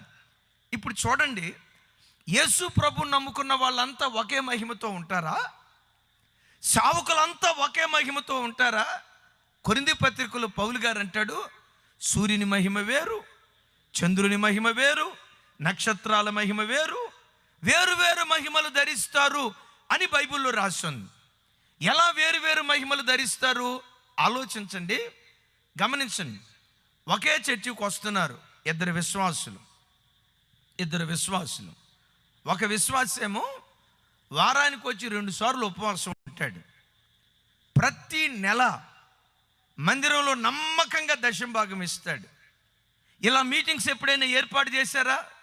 అయ్యగారు, ఎంత ఖర్చు అవుతుందో నా కుటుంబం కొంత భరిస్తుందయ్యా అని శక్తి కొలది దేవుని సేవకు సహకరిస్తూ ఉంటాడు. ఒక వ్యక్తి ఏమో ప్రతి వారం 2 రోజులు ఉపవాసం ఉంటాడు, రాబడిలో దశంభాగం ఇస్తాడు, ప్రతిరోజు ప్రొద్దునే 4 లేచి ప్రార్థన చేస్తాడు, ప్రతిరోజు కుటుంబ ప్రార్థన చేసుకుంటాడు. ఇంకో క్రైస్తవుడు ఉన్నాడు, వాడు జీవితంలో ఒక పూట కూడా ఉపవాసం ఉండడం. తినేటప్పుడు అంటాడు, నా ప్రాణమా తిను, నా ప్రాణమా తిను, తాగు, సుఖించు అంటాడు. వాడి దగ్గరికి వెళ్ళి, ఒరే తమ్ముడా, ఏమిరా ఒక్క పూట కూడా ఉపవాసం ఉండవు అంటే ఏమంటాడో తెలుసా? యేసుప్రభు ఏమన్నాడు? పెండ్లి కుమారుడు మీతో ఉన్నంతకాలం, చెప్పండి అమ్మా, పెండ్లి కుమారుడు మీతో ఉన్నంతకాలం మీకు ఉపవాసం లేదు. ఉపవాసం ఎవరు ఉంటారంటే పెండ్లి కుమారుడిని యేసుప్రభు ఎవరితో ఉండడో వాడు ఉపవాసం ఉంటాడని వాక్యాన్ని వక్రీకరించి మాట్లాడతాడు. బిడ్లరా, ఉపవాసం ఉండి శరీరాన్ని నలగొట్టుకున్నటువంటి విశ్వాసి మహామహిమతో పరలోకంలో ప్రకాశిస్తాడు. కొంతమంది ఉంటారు, మందిరానికి వస్తారు, బాగానే పరిచర్య చేస్తారు, బాగానే ప్రార్థన చేస్తారు, ఇవన్నీ చేస్తారు, కానీ పొర్రపాటున దశంభాగం ఇయ్యడు, పొర్రపాటున కానుకీయడు, పొరపాటున ఇయ్యడం. నేను అడుగుతాను మిమ్మల్ని, చర్చిలో మనం మరియల్లాగా ఉండాలా, మార్తల్లాగా ఉండాలా? మీ చర్చిలో ఉండే మరియా మార్తలు కాదమ్మా, బైబిల్లో మరియా మార్తలు ఉన్నారు కదా. మనం మరియల్లాగా ఉండాలా, మార్తల్లాగా ఉండాలా? అమ్మా, అందరూ మరియల్లాగా ఉంటే మరి వంట ఉండేది ఎవరమ్మా? థ్యాంక్ యూ అయ్యగారు. ఇద్దరులాగా ఉండాలా, ప్రార్థించే వాళ్ళగా ఉండాలా, పరిచర్య చేసే వాళ్ళగా ఉండాలా, పరిచర్యకు మనం సహకరించి డబ్బును వెదజల్లేటువంటి వారిగా మనం ముందుముగాక.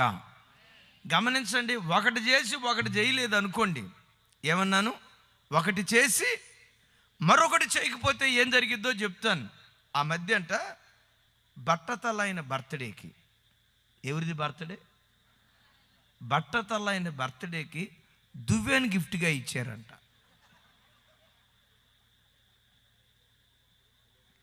విజయ్ కుమార్ గారు ఏం చేసుకోమంటారు? ఆ దువ్వెనా అమ్మా ఏం చేసుకోమంటారు? చెమట పెట్టినప్పుడు గోకోటానికి చెప్తే ఎందుకు పనికి వస్తుంది చెప్పండి. సంఘానికి వచ్చే ప్రతి బిడ్డ ప్రార్థించాలి, పరిచర్యకు సహకరించాలి. పరలోకంలో దేవుడు అందరికీ ఒకే మహిమనివ్వడు. కొంతమంది నమ్మకమైన క్రైస్తవులు ఉంటారు, ప్రొద్దున్నే 4 లేచి పడకల మీద నుంచి లేచి నిద్ర చంపుకొని తెల్లవారుజాము 4 నుంచి 5 వరకు, 4 నుంచి 6 వరకు నిద్ర చంపుకొని దేవుని సన్నిధిలో ప్రార్థిస్తారు. అద్భుతం తెలుసా? ప్రార్థించే ప్రతి ప్రార్థన పరురాలు పరలోకంలో మహామహిమతో ప్రకాశించబోతా ఉంది. చెప్దాం ఆమేన్.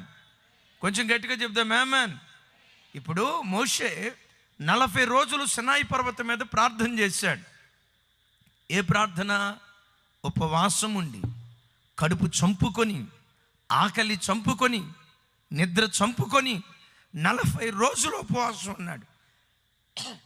40 రోజులు ఉపవాసం ఉన్న మోషే సినాయి పర్వతం మీద నుంచి దిగొచ్చేటప్పుడు బైబిల్లో రాయబడిన మాట ఏంటో తెలుసా? మోషే ముఖం మోషే ముఖం ప్రకాశించడం ప్రారంభించింది. ఎంత ప్రకాశమో తెలుసా? మోషే దిగు వస్తూ ఉంటే మోషే ముఖం చూడలేక ప్రజలు వారి తలలు తిప్పుకున్నారట. నేను అడుగుతాను, మిట్ట మధ్యాహ్నం అప్పుడు ఆకాశం వైపు కన్నులెత్తి సూర్యుని వైపు మనం చూడగలమా? ముఖాన్ని తిప్పుకుంటాం కదా. అలాగే సినాయి పర్వతం మీద నుండి మోషే దిగి వస్తూ ఉంటే మోషే ముఖాన్ని చూడలేక ముఖాన్ని తిప్పుకున్నారు. మోషే, ఇంత మహిమ నువ్వు ఎలా సంపాదించుకున్నావయ్యా? మోషే ఏమంటాడో తెలుసా? 40 రోజుల పాటు శరీరాన్ని నలగొట్టుకున్నాను. ఏ క్రైస్తవుడు నలగొట్టుకుంటాడో, ఏ సేవకుడు సేవలో ఎక్కువగా నలుగుతాడో, ఎంత నలుగుతావో అంత వెలిగే కృప దేవుడు నీకు అనుగ్రహిస్తాడు. ఎంత నలుగుతావో, సేవకులారా, సేవలో సేవ చేస్తూ సేవలో ఎంతగా నలిగిపోతావో, నలిగిన కొద్దీ వెలిగే భాగ్యం నా దేవుడు అనుగ్రహించును గాక. దేవుని బిడ్డలుగా మనం కూడా ప్రార్థించే విషయంలో, పరిచర్య చేసే విషయంలో, ఉపవసించే విషయంలో, సేవ కొరకు పరిగెత్తే విషయంలో ఎంత నలుగుతామో అంత మహిమ పరలోకంలో దేవుడు మనకు అనుగ్రహిస్తాడు. అందుకని అంటాడు, సూర్యుడి మహిమ వేరు, చంద్రుడి మహిమ వేరు, నక్షత్రాల మహిమ వేరు. సూర్య చంద్ర నక్షత్రాదుల్లో మహామహిమతో ప్రకాశించేది ఎవరు? సూర్యుడే. అలాంటి మహామహిమ దేవుడు మనకు అనుగ్రహించునుగాక. గట్టిగా చెప్దాం ఆమేన్. మూడవది, బిడ్డలారా జ్ఞాపకం చేస్తాను, ఈ శరీరాన్ని గురించి అంటాడు బలహీనమైన శరీరము అంటాడు. బలహీనమైన ఈ శరీరాన్నట మృతుల పునరుద్ధానపు దినాన బలమైన శరీరంగా లేపుతున్నాడు దేవుడు. దేవునికి మహిమ కలుగును గాక. అందరూ నా వైపు చూసి సమాధానం చెప్పండి. ఈ శరీరం ఎలాంటిది? కొన్నిసార్లు అనుకుంటాం, మన శరీరాన్ని చూసి యవన కుర్రకారైతే 6 ప్యాక్, ఏ ప్యాక్? 6 ప్యాక్. మీకు కూడా తెలిసినట్టుంది. 6 ప్యాక్. ఈ బాడీని చూసి, కండలను చూసి కొంతమంది పొంగిపోతారు. నీవు అనుకుంటావు బలం కలిగిన వాడివని. దేవుని వాక్యం అంటుంది, మనుషుడా నీ శరీరం బలహీనమైంది. ప్రపంచాన్ని గడగడలాడించిన జగద్విజేత ద గ్రేట్ అలెగ్జాండర్ ఉన్నాడు చూసారా? ప్రపంచాన్ని గడగడలాడించాడు. దేశం ఆ దిక్కు నుంచి ఈ దిక్కు వరకు ప్రపంచమంతటిని జయించాడు. జయించిన తర్వాతట ఒకరోజు సముద్రం వైపు చూసి పిచ్చోడులాగా కేకలు వేస్తున్నాడు, ఏడుస్తున్నాడట. ఎందుకో చెప్పమంటారా? సముద్రం వైపు చూసి, ఓ సముద్రమా, నీవు భూభాగమై ఉంటే మనుషులు ఇక్కడ ఉండేవాళ్ళు కదా, ఈ ప్రాంతాన్ని నేను జయించేవాడిని కదా, నేను జయించడానికి ఏమీ మిగలలేదని సముద్రాన్ని చూసి ఏడ్చాడట. అంత గొప్ప బలశాలి ద గ్రేట్ అలెగ్జాండర్. విచిత్రం తెలుసా? 33 సంవత్సరాలు నిండక మునిపే చనిపోయాడు. ఎందుకు చనిపోయాడో తెలుసా? దోమ కాటుకు గురై. అమ్మ దేనికి? దోమ ఎంత ఉంటుంది, మనం ఎంత ఉంటాం? అమ్మ దోమ ఎంత ఉంటుంది? 1 అడుగా 2 అడుగులా? అమ్మ గమనించండి, కంటికి కనబడనంత నలుసు లాంటి దోమ గుడితే నేను బలిష్ఠుణ్ణి అనుకున్న ఈ అలెగ్జాండర్ నేలమట్టం అయిపోయాడు. ఒక్క మాట అడుగుతా, మనం బలవంతులం అనుకుంటాం కదా, కంటిన్యూస్గా 2 రోజులు 3 రోజులు ఏకదాటిగా విరోచనాలు అయినాయి అనుకోండి, ఏం అవసరం లేదమ్మా. 2 రోజులు కంటిన్యూస్గా విరోచనాలు అయినాయి అనుకోండి, అప్పుడు అంటాం ఒంట్లో అస్సలు నీరసంగా ఉందయ్యా, ప్రార్థన చేయ గారు. విజయ్ కుమార్ గారికి అర్థం కాదు, ఎవరిదిరా ఈ గొంతు, ఎవరిదిరా ఈ గొంతు, మన బెదరు ఏం పేరు నీ పేరు? అదే అయ్యగారు, నేను మన చర్చికి వస్తాను, నా గొంతు ఇంకా గుర్తుపట్టలేదా? అసలు ఈ పిచ్చిలో ఉన్న గొంతు నేను ఇంతవరకు వినలేదే. వినేటట్టు చేసింది విరోచనాలు.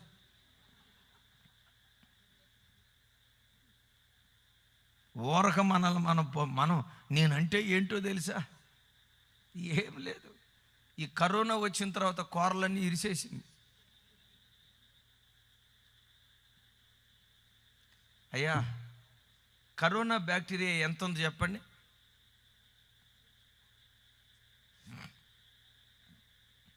కంటికి కనబడని మైక్రోస్కోప్లో కనపడే ఒక చిన్న బ్యాక్టీరియా మనిషిని కాదు, ప్రపంచాన్ని అతలాకుతలం చేస్తూ ఉంది. I right? ప్రపంచాన్ని అతలాకుతలం చేస్తూ ఉంది. దేవుని వాక్యం ఉంటుంది, ఇది బలహీనమైన ఘటం.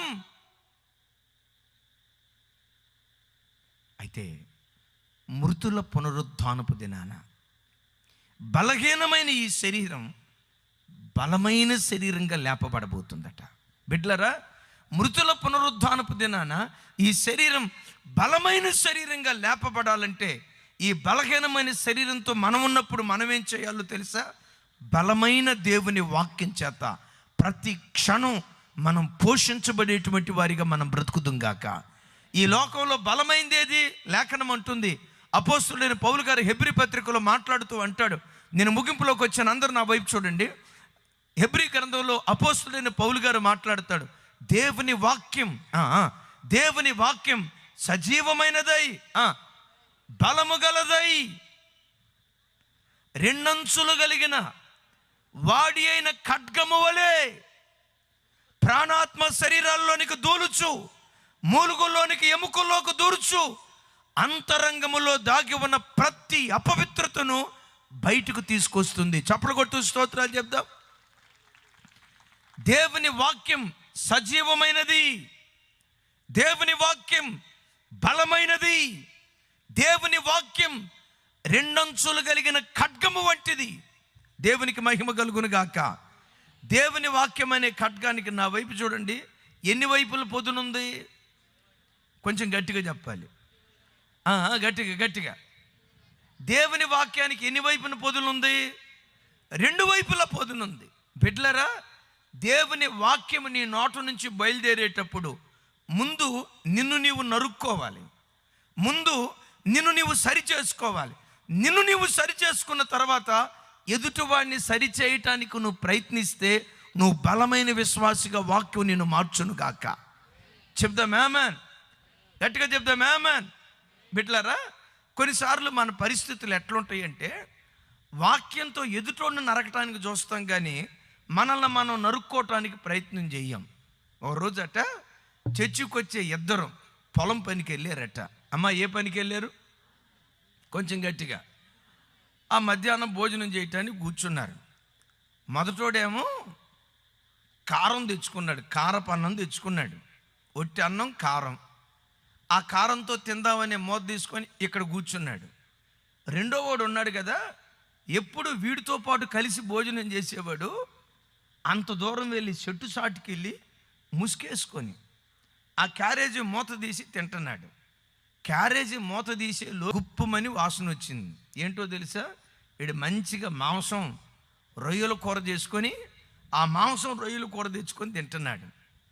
వాడేం చేశాడో తెలుసా? అవతలుడు కారం తింటా ఈడి వైపు చూస్తాడు. వీడేం చేస్తున్నాడో తెలుసా? ఆ వాసన కూడా వాడికి తగలకుండా కండవతో గప్పేసేస్తున్నాడు. వాసన కూడా తగలకూడదని. అవతల కారం తెచ్చుకున్నవాడు అంటాడట, నిన్ను వలే నీ పొరుగు వారిని ప్రేమించమని లేఖనాల్లో రాయబడలేదా అంటాడంట.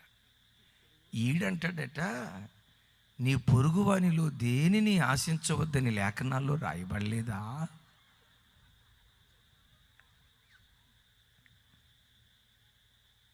ఆడంటాడట 10 ఆజ్ఞలను దేవుడు క్రోడీకరించి క్లుప్తంగా చెప్పాడు. బైబిల్ అంతా ప్రేమే, బైబిల్ అంతా ప్రేమే.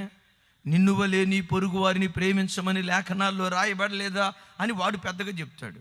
ఈడంటాడు నీ పొరుగు వానిలో గాడిదనైనా, ఎద్దునైనా, వస్త్రమునైనా, రొయ్యల కూరనైనా, ఆ రొయ్యల కూర కూడా చేర్చాడు ఇప్పుడు. రొయ్యల కూరనైనా, చేపల కూరనైనా ఆశించొద్దని లేఖనాల్లో రాయబడలేదా అని అంటాడంట. ఇప్పుడు చూడండి, వాళ్ళిద్దరిలో వాక్యం అనే కత్తి వాళ్ళ దగ్గర ఉంది, కానీ ఒకవైపే పొదునుంది. అమ్మా ఎన్ని వైపులు ఉంది? ఇద్దరి దగ్గర కత్తికి ఒకవైపే పొదునుంది. మొదటోడు నిన్ను వలే నీ పొరుగు వారిని ప్రేమించాలన్నాడు, బాగానే ఉంది. అసలు దానికి ముందు ఇంకొక వైపు పదునుతో తను తాను నరుక్కోవాలా. ఏమని? నీ పొరుగు వానిలో దేన్ని ఆశించొద్దని దేవుడు చెప్పాడు. కాబట్టి ఈ కారమే నాకు పంచభక్ష పరమాన్నాలతో సమానం. దేవా, కారం ఇచ్చినందుకు నీకు, కొంచెం గట్టిగా, కారం నాకు ఇచ్చినందుకు నీకు స్తోత్రం. ఈ కారంతోనే సంతోషంగా తినే కృప దయచేయని ప్రార్థన చేసుకొని ఈడు తినాల. రెండో వాడు ఉన్నాడు చూసారా, వాడికి కూడా కత్తి ఒకవైపే పొదునుంది, ఒకవైపే పొదునుంది. వాడేమనుకోవాలా? ఒరే, నా కడుపు నేను చూసుకోవటం కాదు, నిన్ను వలే నీ పొరుగు వారిని ప్రేమించమని ప్రభువు చెప్పాడు కదా, సో వాడి కడుపు నింపుదామని అనుకోవాలా. మ్యాక్సిమం చాలాసార్లు మన కత్తికి అమ్మ ఎన్ని వైపులు పొదునుంటుంది? భార్య అంటది భర్తను పట్టుకొని, ఏమండి, క్రీస్తు సంఘాన్ని ప్రేమించినట్లుగా ప్రతి పురుషుడు భార్యను ప్రేమించాలని బైబిల్లో రాసి ఉంది కదా. క్రీస్తు సంఘాన్ని ప్రేమించి తన ప్రాణం పెట్టాడు. మరి మీరేంటండి నాకు ప్రాణం పెట్టకపోగా నా ప్రాణం తీస్తున్నావు? గమనించండి. భార్య అంటది, నన్ను పద్దాకలు ఇసుకిస్తున్నావు, క్రీస్తు సంఘాన్ని ప్రేమించి ప్రాణం పెట్టాడు కదా, మీరు నన్ను ప్రేమించట్లేదేంటి అని భర్తను అందనుకోండి. భర్త తక్కువ తింటాడా? భర్త ఏమంటాడో తెలుసా? భార్యలారా మీ భర్తలకు, అబ్బా, భార్యలారా మీ భర్తలకు లోబడి ఉండుడి అని బైబిల్లో రాస్తుందిగా. నువ్వు లోబడితే నేను ప్రేమిస్తా అంటాడు. ఆయన దగ్గర కత్తి ఉంది, కాకపోతే కత్తి ఒక పక్కన కాదు, కత్తి ఉంది కానీ పదును ఒకవైపునే ఉంది. ఇప్పుడు అత్తాకోడళ్ళు ఉంటారు. అత్త అంటది, అమ్మాయి రూతు అత్తనెట్ట ప్రేమించింది ఏంటి నువ్వు చేసే పని? ఆదివారం చర్చికి వెళ్తాం, బైబిల్లో రూతు కూర్చున్నావు కదా, రూతు అత్తనట్లా ప్రేమించింది అని అత్త అందనుకోండి. కోడలు తక్కువ తింటుందా?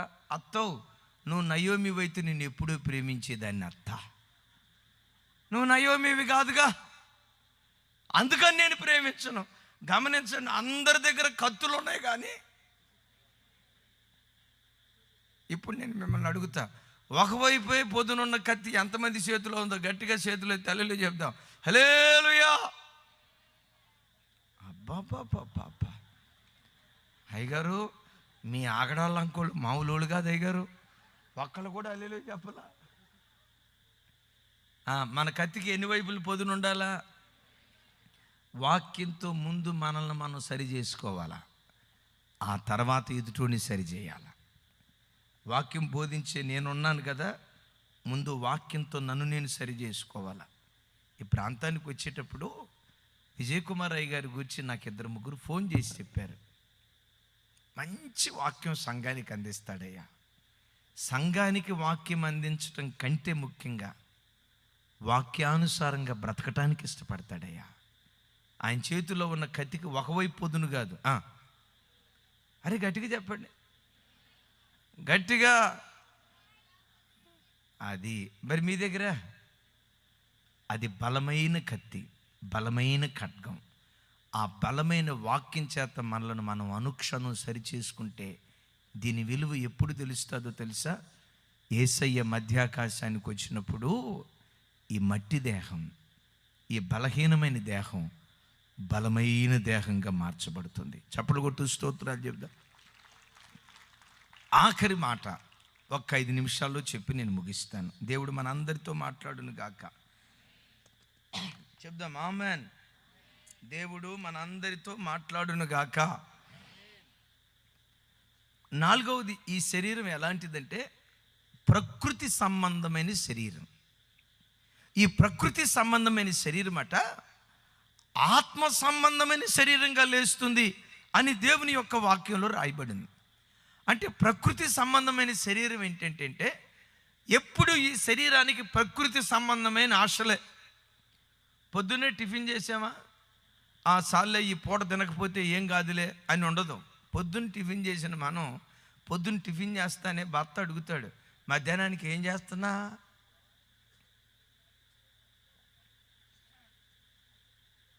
చేపల కూర చేస్తున్నాను అంటది. రైట్, మధ్యాహ్నం అయింది. మధ్యాహ్నం చేపల కూర తింటా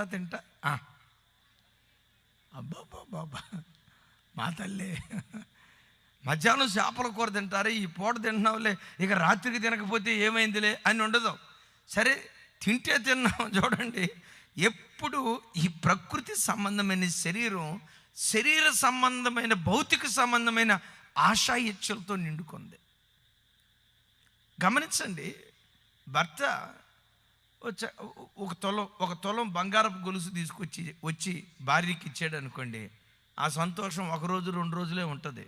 3వ రోజు అంటది, మన ఇంటి పక్క ఆవిడికి వాళ్ళ ఆయన 5 తులాల బంగారం చేయించాడట. అంటే చెప్పకనే ఇండైరెక్ట్గా వాళ్ళు 5 తులాలు చేపిస్తారు, నాకు 1 తులమే కదా అని చెప్పి మెల్లిగా తెలియకుండా పొడవలసిన చోట పొడుస్తారు కొంతమంది తెలివిగా. బాగా వినండి, ఈ శరీరం ఎలాంటిదంటే ప్రకృతి సంబంధమైన శరీరం.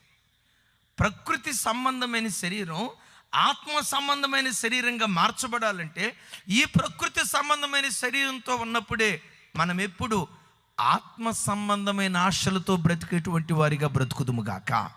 గట్టిగా చప్పట్లు కొడుతూ స్తోత్రాలు చెప్దాం. ఎప్పుడు నీ గుండెల్లో ఆత్మ సంబంధమైన ఆశ. అపోస్తలుడైన పౌలు గారు రోమాపత్రికలో అంటాడు కదా, వినండి, శరీరానుసారం చెప్పండి శరీరానుసారమైన మనస్సు మరణం, ఆత్మానుసారమైన మనస్సు జీవమును సమాధానమును కలుగు చేయును అంటాడు. గట్టిగా చప్పట్లు కొడితే యేసయ్యకు స్తోత్రాలు చెప్తా. నాతో కలిసి అందరూ చెప్పండి ఈ మాట. అందరూ నాతో కలిసి చెప్పండి, శరీరానుసారమైన మనస్సు మరణం, ఆత్మానుసారమైన మనస్సు జీవం సమాధానం కలుగు చేస్తుంది. మరొకసారి నేను చెప్తాను, ఆ తర్వాత మీరు నాకు అప్పచెప్పాలా. ఎవరైతే అప్పచెప్పరో 1000 రూపాయలు ఫైన్ వేసి నిర్దాక్షిణంగా మీ దగ్గర నుంచి వసూలు చేసి హైదరాబాద్ తీసుకుని వెళ్ళిపోతా. సరేనా? రైట్, జాగ్రత్తగా వినండి, నాతో కలిసి చెప్పండి. శరీరానుసారమైన మనస్సు మరణం, ఆత్మానుసారమైన మనస్సు జీవము సమాధానం. చెప్పండి.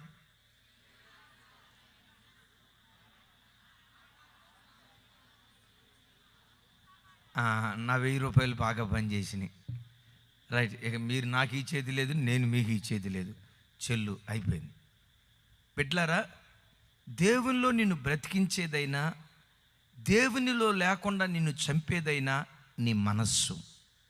ఈ మాట చూడు, నీ మనస్సు. నీ మనస్సు ఎప్పుడు శరీర సంబంధమైన మనస్సు అయితే ఏమి తిందామా, ఏమి తాగుదామా, ఏమి సంపాదించుకుందామా, ఏమి కూడగట్టుకుందామా, ఏమి వెనకేసుకుందామా అని ఎప్పుడు ఎప్పుడు ఎప్పుడు చూసినా భూలోక సంబంధమైన ఆలోచనలతో నువ్వు బ్రతికితే భూ సంబంధమైన మనస్సు ఆధ్యాత్మికంగా నిన్ను చంపేస్తుంది. భూ సంబంధమైన ఆలోచనలు దేవునిలో నువ్వు బ్రతకకుండా ఆత్మ సంబంధమైన మనస్సును, శరీర సంబంధమైన మనస్సు చంపేయటం ప్రారంభిస్తుంది. యేసుక్రీస్తు నమ్ముకున్న ఏ క్రైస్తవుడైనా తన బ్రతుకులో శరీరానుసారమైన మనస్సుతో కాకుండా ఆత్మానుసారమైన మనస్సుతో మనం బ్రతుకుదుము గాక. ఎప్పుడు దేవుని సన్నిధిలో మనం మోకరించిన ఆత్మ సంబంధమైన వాటిని ప్రభువును మనం అడగాలి. ఆత్మీయ విషయాలు ప్రభువును మనం అడగాలి. చాలాసార్లు చూడండి బిడ్డలారా, పరిశుద్ధ గ్రంథమైన బైబిల్లో కొంతమంది భక్తులను చూస్తే దావీదు చాలా భక్తి కలిగిన వాడు. అంత భక్తి కలిగిన దావీదు గారి దగ్గరికి ఒకరోజు దేవుడు వచ్చి అడుగుతున్నాడు, దావీదు నీకేం కావాలో కోరుకోయ్యా, నీకు కావాల్సింది నేను నీకు ఇస్తా. బంగారం కావాలా బంగారం ఇస్తా, వెండి కావాలా వెండి ఇస్తా, నీకేం కావాలో కోరుకో నేను నీకు ఇస్తా అన్నాడు. దావీదు మోకరించి దేవుణ్ణి అంటాడు, అయ్యా నాకు ఒక ఆశ ఉందయ్యా. ఏంటో చెప్పు దావీదు, నీ ఆశ తీరుస్తా. నేను నా కుటుంబం నిత్యము నీ సన్నిధిలో బ్రతుకున్నట్లుగా నా కుటుంబాన్ని ఆశీర్వదించాయా. దావీదు నీకేం కావాలి? చిరకాలము నీ మందిరములో నేను బ్రతుకున్నట్లుగా నన్ను ఆశీర్వదించాయా. అమ్మా, ఒకవేళ ఈ రాత్రి గనక దేవుడు ఇక్కడికి వచ్చి, బిడ్డ నీకేం కావాలో కోరుకోరా అని దేవుడు నిన్ను అడిగాడు అనుకో, నీవేం అడుగుతావు? దావీదు నీకేం కావాలి? ఏం కావాలో కోరుకో నీకు ఇస్తా. అయ్యా నా బ్రతుకు కాలం అంతా నీ మందిరంలో నేను బ్రతకాలి, నన్ను అట్లా ఆశీర్వదించయ్యా. నేను నా కుటుంబం నిత్యము నీ సన్నిధిలో బ్రతుకున్నట్లుగా నా కుటుంబాన్ని దీవించయ్యా అంటాడు. అలాంటి పవిత్రమైన కోరికలతో ప్రతి క్రైస్తవుడు తన బ్రతుకులో బ్రతుకునుగాక. గట్టిగా చెప్తాం ఆమేన్. అద్భుతం. ఏలియా పరలోకానికి ఆరోహణమై వెళ్ళబోయే ముందు తన శిష్యుడైన ఎలీషాని పిలిచి అడుగుతాడు, ఎలీషా నా వల్ల నీకేం కావాలి? నీకేం కావాలో కోరుకో, కోరుకున్న దాన్ని నీకు ఇస్తా. ఎలీషా అంటాడు, అయ్యా నీ మీద పరిశుద్ధాత్మ ఉందన్న సంగతి నాకు తెలుసయ్యా. అవును, తెలిస్తే ఇంతకీ ఏమంటావు? నీ మీద ఏ పరిశుద్ధాత్మ ఉందో నాకు 2 పాళ్ళ పరిశుద్ధాత్మ నాకు కావాలి. పరిశుద్ధాత్మ శక్తి నాకు కావాలి. పరిశుద్ధాత్మను నేను పొందుకోవాలి. భాషలతో దేవుని స్తుతించాలి. ఆత్మవశురాలనై ప్రభువుని నేను ఆరాధించాలి. పరిశుద్ధాత్మ నాకు అనుగ్రహించినట్లుగా నీ ఆత్మ నాకు ఇవ్వయ్యా అంటాడు. ఈరోజు బిడ్డలారా, ఏ సంఘాల్లో చూసినా, ఏ ప్రార్థనా రిక్వెస్టులు చూసినా, బిడ్డలారా నాకు పవిత్రత కావాలి, నా కొరకు ప్రార్థన చేయండి అయ్యా అని అడిగేవాళ్ళు లేరు. అయ్యా నాకు పరిశుద్ధాత్మ లేదు, పరిశుద్ధాత్మ కావాలయ్యా, నా కొరకు ప్రార్థన చేయండి అయ్యా అని అడిగేవాళ్ళు లేరు. ఏ ప్రార్థనా రిక్వెస్ట్ చూసినా కడుపుల నొప్పి తగ్గేటట్టు ప్రార్థన చేయండి, నడువుల నొప్పి కొంచెం గట్టిగా, నడువుల నొప్పి తగ్గేటట్టు ప్రార్థన చేయండి, మోకాళ్ళ నొప్పి తగ్గేటట్టు ప్రార్థన చేయండి. ఒక తల్లి రెగ్యులర్గా నాకు ఫోన్ చేసేది, అయ్యగారు మోకాళ్ళ నొప్పి, అయ్యగారు మోకాళ్ళ నొప్పి అయ్యగారు అని వాట్సాప్ మెసేజ్లు పంపిస్తూ ఉండేది. మన యూట్యూబ్లో ఆ దేవుని మహాకృప ఇమాన్యుయల్ మినిస్ట్రీస్ హైదరాబాద్ యూట్యూబ్లో సుమారుగా 770 వర్తమానాలు దాకా ఉన్నాయి. కొన్ని వేల మంది ప్రజలు యూట్యూబ్లో వర్తమానాన్ని వినటానికి దేవుడు కృప చూపించాడు. ఒక తల్లి రెగ్యులర్గా ప్రార్థన అవసరత పంపిస్తూ ఉండేది. ఒకరోజు నాకు బాధ అనిపించి ఆ తల్లికి ఫోన్ చేసి ప్రార్థన చేద్దాం, ఆ తల్లికి ప్రార్థన చేద్దామని నేను ఫోన్ చేశా. ఫోన్ లిఫ్ట్ చేసి అంది, అయ్యా మోకాళ్ళ నొప్పి ప్రార్థన చేయి అయ్యా అంది, నడువుల నొప్పి ప్రార్థన చేయి అయ్యా అంది. నేను అడిగా, అమ్మ మీ వయసు ఎంత అమ్మా అన్న. ఎంతయ్యా? 85 సంవత్సరాలే. ఎంత చిన్నపిల్లో చూడండి. ఎంతయ్యా? 85 సంవత్సరాలే. నేను అంటాను, 85 సంవత్సరాలకి మోకాళ్ళ నొప్పులు రాకపోతే ఏమి నొప్పులు వస్తాయి చెప్పండి? ఈ 85 సంవత్సరాలు ఉన్న పెద్ద ఆవిడ ఆ మధ్య నేను ఖమ్మం వెళ్ళాను. ఆ తల్లి పేరు కస్తూరి. ఆ తల్లి పేరు కస్తూరి. వెంట్రుకలన్నీ పూర్తిగా తెల్లబడిపోయి ఉన్నాయి. సుమారుగా నేను అనుకుంటాను 70 సంవత్సరాలు పైబడిన వయస్సు. ఆ తల్లి కాలిరిగి మొత్తానికి కొంచెం అట్లా అతుక్కుంది. నేను ఖమ్మం వస్తున్నానని తెలుసుకొని ఎక్కడ ఆవిడని కలవకుండా వెళ్ళిపోతాను అని 8:30కు వస్తానైతే 7 గంటలకే వచ్చి ఆ మీటింగ్ ఎంట్రన్స్ దగ్గర నిలవబడి ఉంది. కుర్చీ వేసారు, కూర్చున్నారు. 2 గంటల సేపు నా కోసం ఎదురు చూసింది. వచ్చాను. నన్ను పట్టుకుని ఆ తల్లి, అయ్యా రేపు ఒక్కసారి మా ఇంటికి రండి అయ్యా అంది.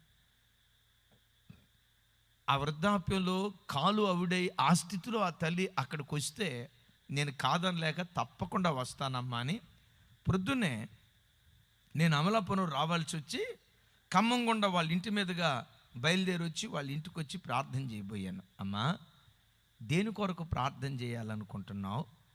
నీ ప్రార్థన అవసరత ఏంటి? దేని కొరకు ప్రార్థన చేయమంటావు? నీ ప్రార్థన అవసరత ఏంటమ్మా అన్న. దేవుని ఎదుట ఆనబెట్టి చెప్తున్నాను. ఆ తల్లి ఏమందో తెలుసా? దేహ విమోచన కొరకు మూలుగుతున్నానయ్యా. నా దేహం విమోచించబడి పరలోకం చేరునట్లుగా, యేసయ్య ముఖం ముఖాముఖిగా చూచున్నట్లుగా నా కొరకు ప్రార్థన చేయండి అయ్యా అంది.